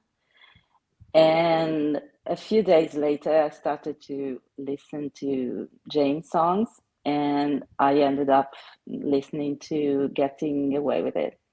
And in that moment, I fell in love with them. Yeah. Well, as I said earlier in the interview, I don't know if you heard that, Angie, but Getting Away with It all messed up was, that's the one. It's got it's the older the song gets, the more of an emotional pull it has.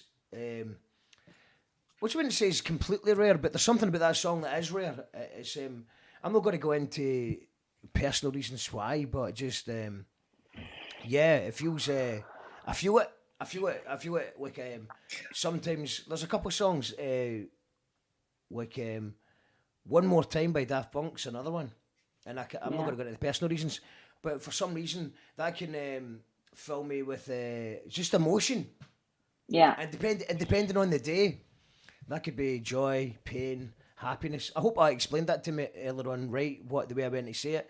It's just like some songs fill you with emotion like a balloon. Well, there's lots of songs that I just love because they make me happy, or they make me sad, or they make me chill. And that song, I don't know what it's going to do to me. And that's what's quite interesting about getting away with it. It's like I don't actually know how that song's going to make me feel, but I know if I'm going to play it, I'm going to feel something. We have a special guest who's joined the gang. I think he is if I'm correct, he is the main guy of James Fan Zone. Welcome, Liam. Hello, thanks for having us. All right, Liam, what's happening? Liam. Hello. Nothing much. Thank you very much, and hello everyone.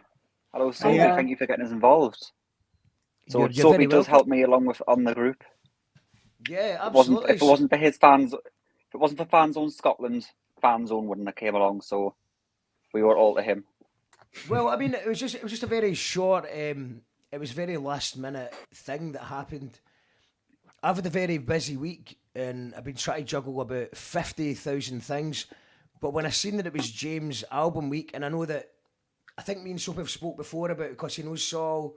Maybe we could come in the show, but album week's always a good week to get people because people are in. You assume that the band's doing interviews with other people, and I just thought, well, let's just ask the question, and it was great, man. Obviously, he's a real person, and it was such an easy person to interview. He was up for the crack. He wasn't taking himself too seriously, and then also just gave some really good, full answers. So I really respect that, man. It's not easy to be a guest, especially when you're bombarded by like 7 random fans and videos from Gavin Mitchell for Still Game. Respect to Saul for putting up with that. But it is the Friday night phone in, and this is sometimes what we do. So Liam, how did you get? What was your first song that you heard of James? What's your James story? What's your James story? It's like Alcoholics Anonymous for James fans. Well, my James story starts with just obviously I'm a lot younger than most James fans, and it started with just hearing some of the classics being played in my early years, like my mum playing them, and then it was the Girl at the End of the World tour. I bought my mum tickets for her birthday to go and see them in Newcastle, and I'd never seen James before. I'd heard their music, and it just went from there, and I've never looked back since. And then what would you say your favourite tune is? It's like choosing a favourite child. You can't do it. Everyone's got a favourite child. From this album, yeah. it's way over your From this head. album. I'm really into that. That's what I said. Like I said, I've not heard the album enough. Not heard the album enough. Favourite of all time is hard. Yeah, no, it's not a really good question because I think when you ask someone what the favourite song of all time depends on your mood, doesn't it? It depends on if you want to. It does. Like sometimes for me it's Sit Down, because the classics. Sometimes it's some of the newer stuff like Isabella or Waltzing a Lot. Like it changes all the time, and it does it. So she baby gorgeous, so she baby favorite. Sometimes you're in that mood, and then sometimes you're no. Sometimes you're sometimes you're not. And then sometimes you're running a podcast and you're just like. Say something. And sometimes you know, and sometimes there's just so many. There's so many, and like, have you ever been in a situation at a party, or you're just at a festival or anything, and someone's giving you the aux in, pick a song. See if you can do better, you bastard. Pick a song, and you've got the choice of every song that's ever been invented that exists on the internet. You don't know what to do. Is That's that? what it's like. That's what I'm saying. That's what it's like asking the best James song of all time. It's like asking what is there's an aux in at a house party. You do better. You pick the best song of all time. It's a very dangerous question to ask on a James site as well. Yeah. Is a rivalry going on? Is a James fan rivalry going on? No, not really. Just well, he says yeah. It depends. Said, yeah. It depends. I would say so. So, is there people that are super fans that don't think the other super fans are super fan enough? Yes, yes, I do think that on James fan zones. Yeah, definitely. Just Wow. Soapy. It's him. It's all him. But So just, no, what do you think, Soapy? Do you not think there's a bit of kind of, you know, like a lot of folk disagreed with the album, and personally, I thought, I says this album's been a long time in the making. They've obviously, what Saul said, they've done it for themselves. See, even like the song "Fine" from "Pleased to Meet You," you know, do do do do do do do do. It's pure techno. It's yeah, almost like a kind of techno beat, and I thought that's what they want to do. But yeah, a lot of their fans are wanting, you know, like sound, or you know, they're wanting some kind of big, you know, anthem. yeah. I think, you know. Sorry, can I just pause that thought? Just to clarify, Joe Buchanan saying, saw Alex Reid popped in the chat, who played bass on tour with James. Would have been nice to have her on the chat to see what it's like gigging them. Alex is listening to this in her work, and she was invited on the show. She's just in work, so she can just listen with headphones. So we're sending love to Alex Reid. It's a shame. We wanted to find out how that happened. That was the question, because I thought I was having some kind of. I was in the middle of a mezcal food poisoning fever dream, and I went on to Instagram and I seen Alex playing with James at the Apollo on bass, and then I checked it out a couple of days later and it was a real thing. Yep. No, I was exactly the same, Mark. It come up, she posted on Facebook, and I'm like, what? How did I not know this? How did you not know this? Super fan. How did a super fan not know? Because obviously Alex is a friend of ours. Alex played with the great Big Fat Panda, R.I.P. R.I.P. to Andy Laidlaw, and she's a fantastic bass guitarist. But it didn't make sense. It felt like there was no like Soapy doesn't know. Then how am I supposed to know?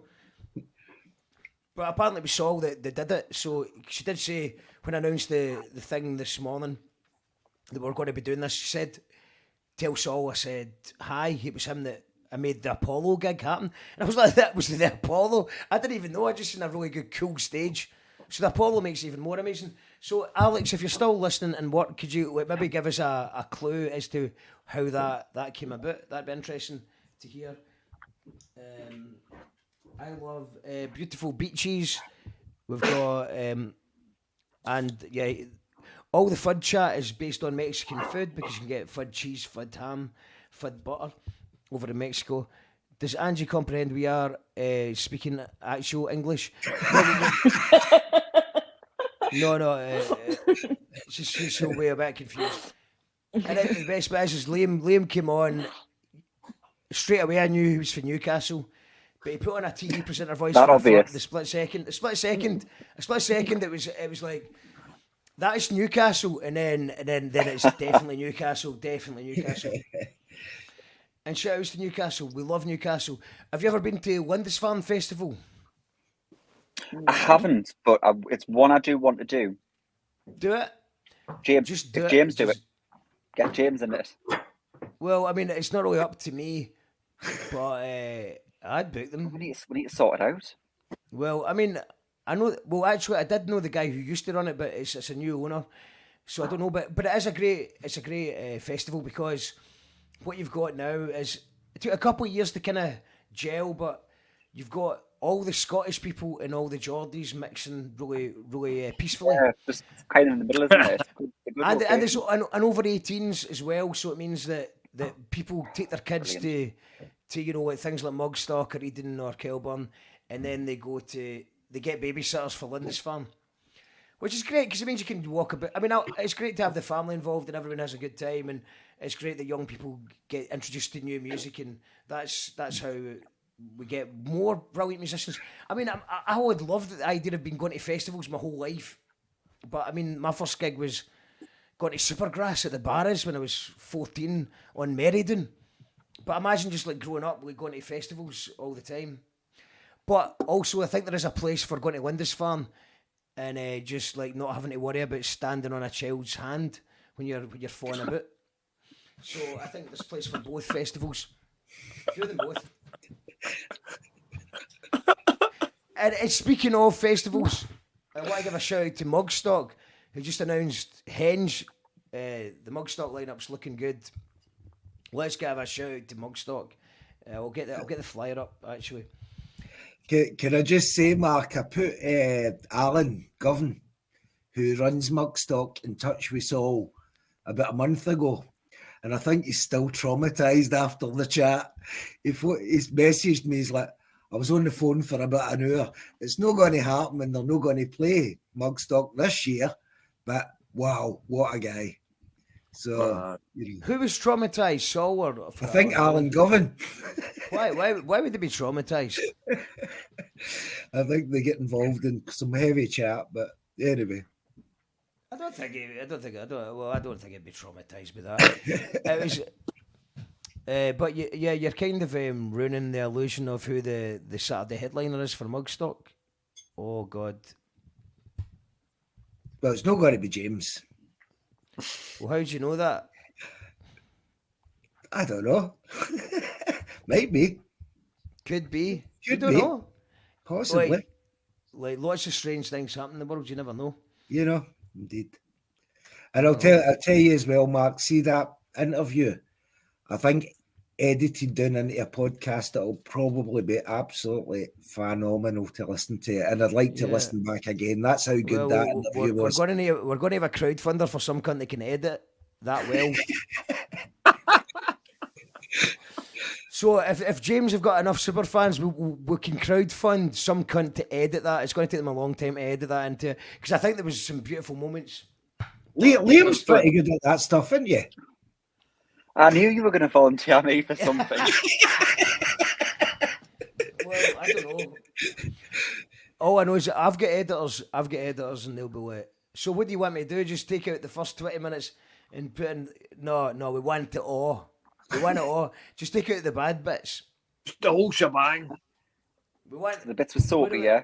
How long have we've been live for? It's only 2 hours. Cut it down to 30 minutes. Take an hour and a half out of this. Take 90 minutes out of this and make it the best podcast ever.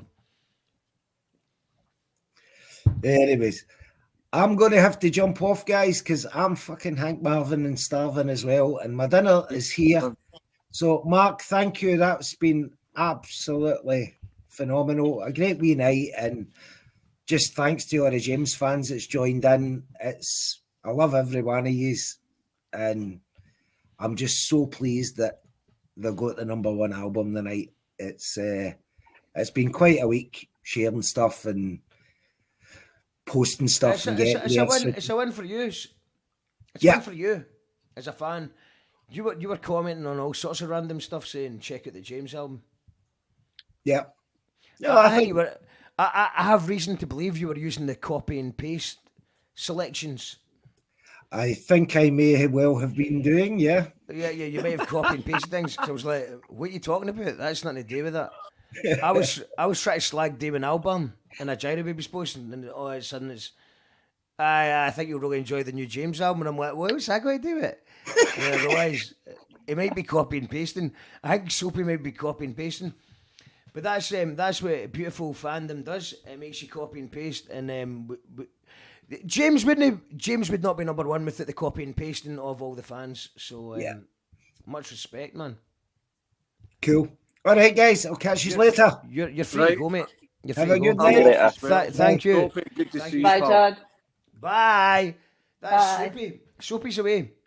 Soapy's away. And if it wasn't for Soapy, we wouldn't have had the introduction. I just noticed that Soapy was copying and pasting so much. I was like, we have talked about doing an interview with Saul, and obviously as someone who's grown up with that music, I mean, I just like, it's just hit after hit my whole life and seen so many live gigs. So it's a pleasure to do the interview. And I thought, it's album launch week, so why not? And I didn't know it was going to be a #1 celebration party, so that's even more brilliant. But maybe Paul could give us a song. I'm going to head off. I'll just do a wee sing along. Wait, let's do it. Why do we do it? So we'll go round. So Liam, if you want to say your last bit about how people can get involved with James, or just give your last thoughts, and then Angie, you give your last thoughts, and then Paul's going to give us a James song a cappella to take us away, or he might have a guitar, I don't know, but I think it's a cappella. But thank you, everyone who's tuned in. It's Call That Radio. If you've been tuned in tonight, please like and subscribe. And if you actually support what we do here, then for £3 a month, you can join the Call That Radio Mince and Tatties crew, and you'll get bonus content, and you'll get discounts to all the festivals like Mugstock, the wee Solar Fest, Kelburn Garden Party. We'll get you discounts to everything, and anything else we do. So thank you, everyone who tuned in. We are You Call That Radio. Liam, what is your final thoughts? Just support the band, join the fan zone. It's a great community of James fans, and we do loads of things for charity as well. Like I was saying before in the comments, we do raffles, so we support charities by raffling off one-off James signed things, signed albums. Just, join the James community. I've put the link in the comments to join James Fan Zone. We're also on Twitter at James Fan Zone. Just join in. James Fan Zone it is. Thank you very much, Liam. And we'll move on to Angie. Angie, any final thoughts? Join the Italian group.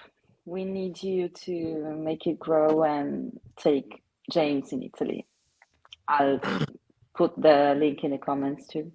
Put the link in the comments, and if anyone has enjoyed the show, just please leave a comment on the actual comments page. I know we've got all the live chat comments, but leave a comment on the actual comments page. It will show that the robotic algorithm overlords will then share it to hopefully more like-minded people. And it's been a great Friday night phone in. It's been great to chat to a legend like Saul Davies, live from Portugal, who I've been listening to his music all my life. What legend. Thank you, Saul. Thank you, Soapy, for introducing us. And thank you to everyone for tuning in. Thank you to the Patreons who make this show even possible. Thank you so much to everyone. I've had a really good time. We do things every day. We do news, we do podcasts, we do live events, we do live music sessions. And we're going to finish tonight with a wee song from Paul, who is playing you could do a quick plug for your tribute act and then hit us with the song. Well, we're playing O2 Academy in Edinburgh tomorrow night. If anybody fancies coming along, we'll be supporting the Clone Roses, Definitely Might Be, and the Jerry Cinnamon tribute. So it's value for money. You're getting 4 bands. It's a great night. It supports these venues as well. So thanks for including me, Mark. Thanks to Saul. Thanks to Soapy. Thanks to everybody that's been involved. I've got to finish with, I'm going to do a cappella. I can't really play guitar, as you've probably noticed, but we'll just finish off with I sing myself to sleep, a song from the darkest hour, secrets I can keep inside of the day. I swing from high to deep, extremes of sweet and sour. Hope that God exists. I hope, I pray. Torn by the undertow, my life is out of control. I believe this wave will bear my weight, so let it flow. Oh, sit down, oh, sit down, oh, sit down next to me. Sit down, sit down, sit down, sit down, down in sympathy.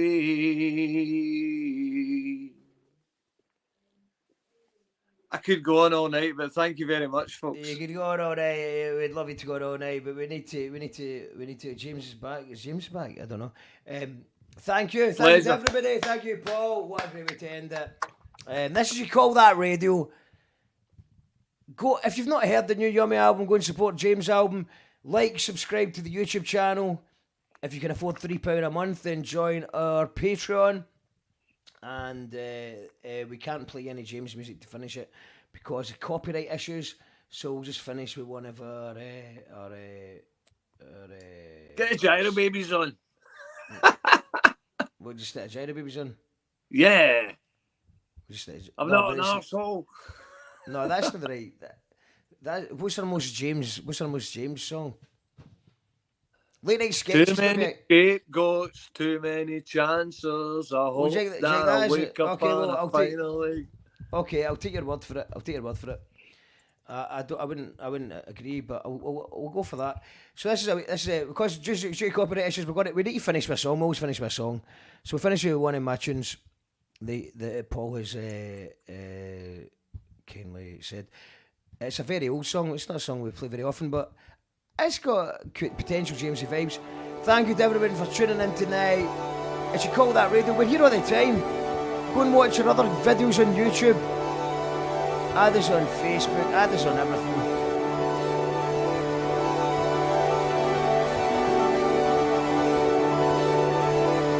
Have a good weekend. Congratulations, James. Bye. Bye, Angie. Bye.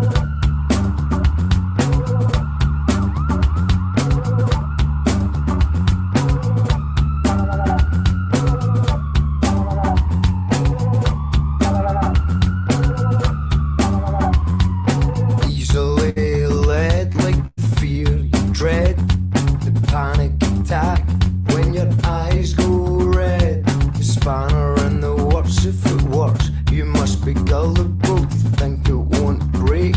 You're gonna lose what you've got, just admit it and keep on walking. Crawl up the stairs, pretend you're not talking. Shocking state of affairs, we always end up thinking up plans cause we're so damn fed up. Too many scapegoats, too many chances. I hope that I wake up and I'll finally get answers. Too many questions, keep your suggestions. I want answers, I want answers.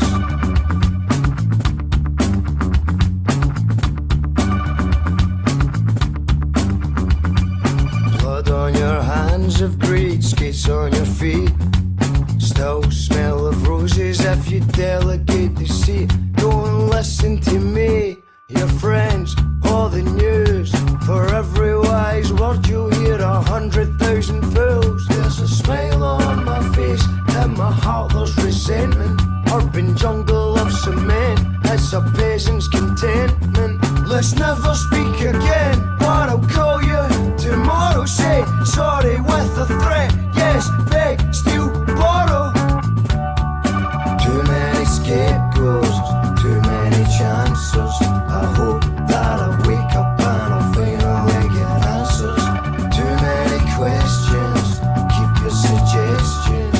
I want answers, I want answers.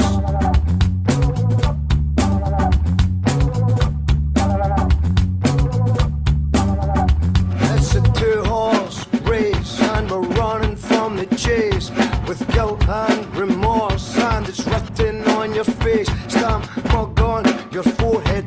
We're all born yesterday, we'll all die tomorrow. Every day is judgment day, yeah.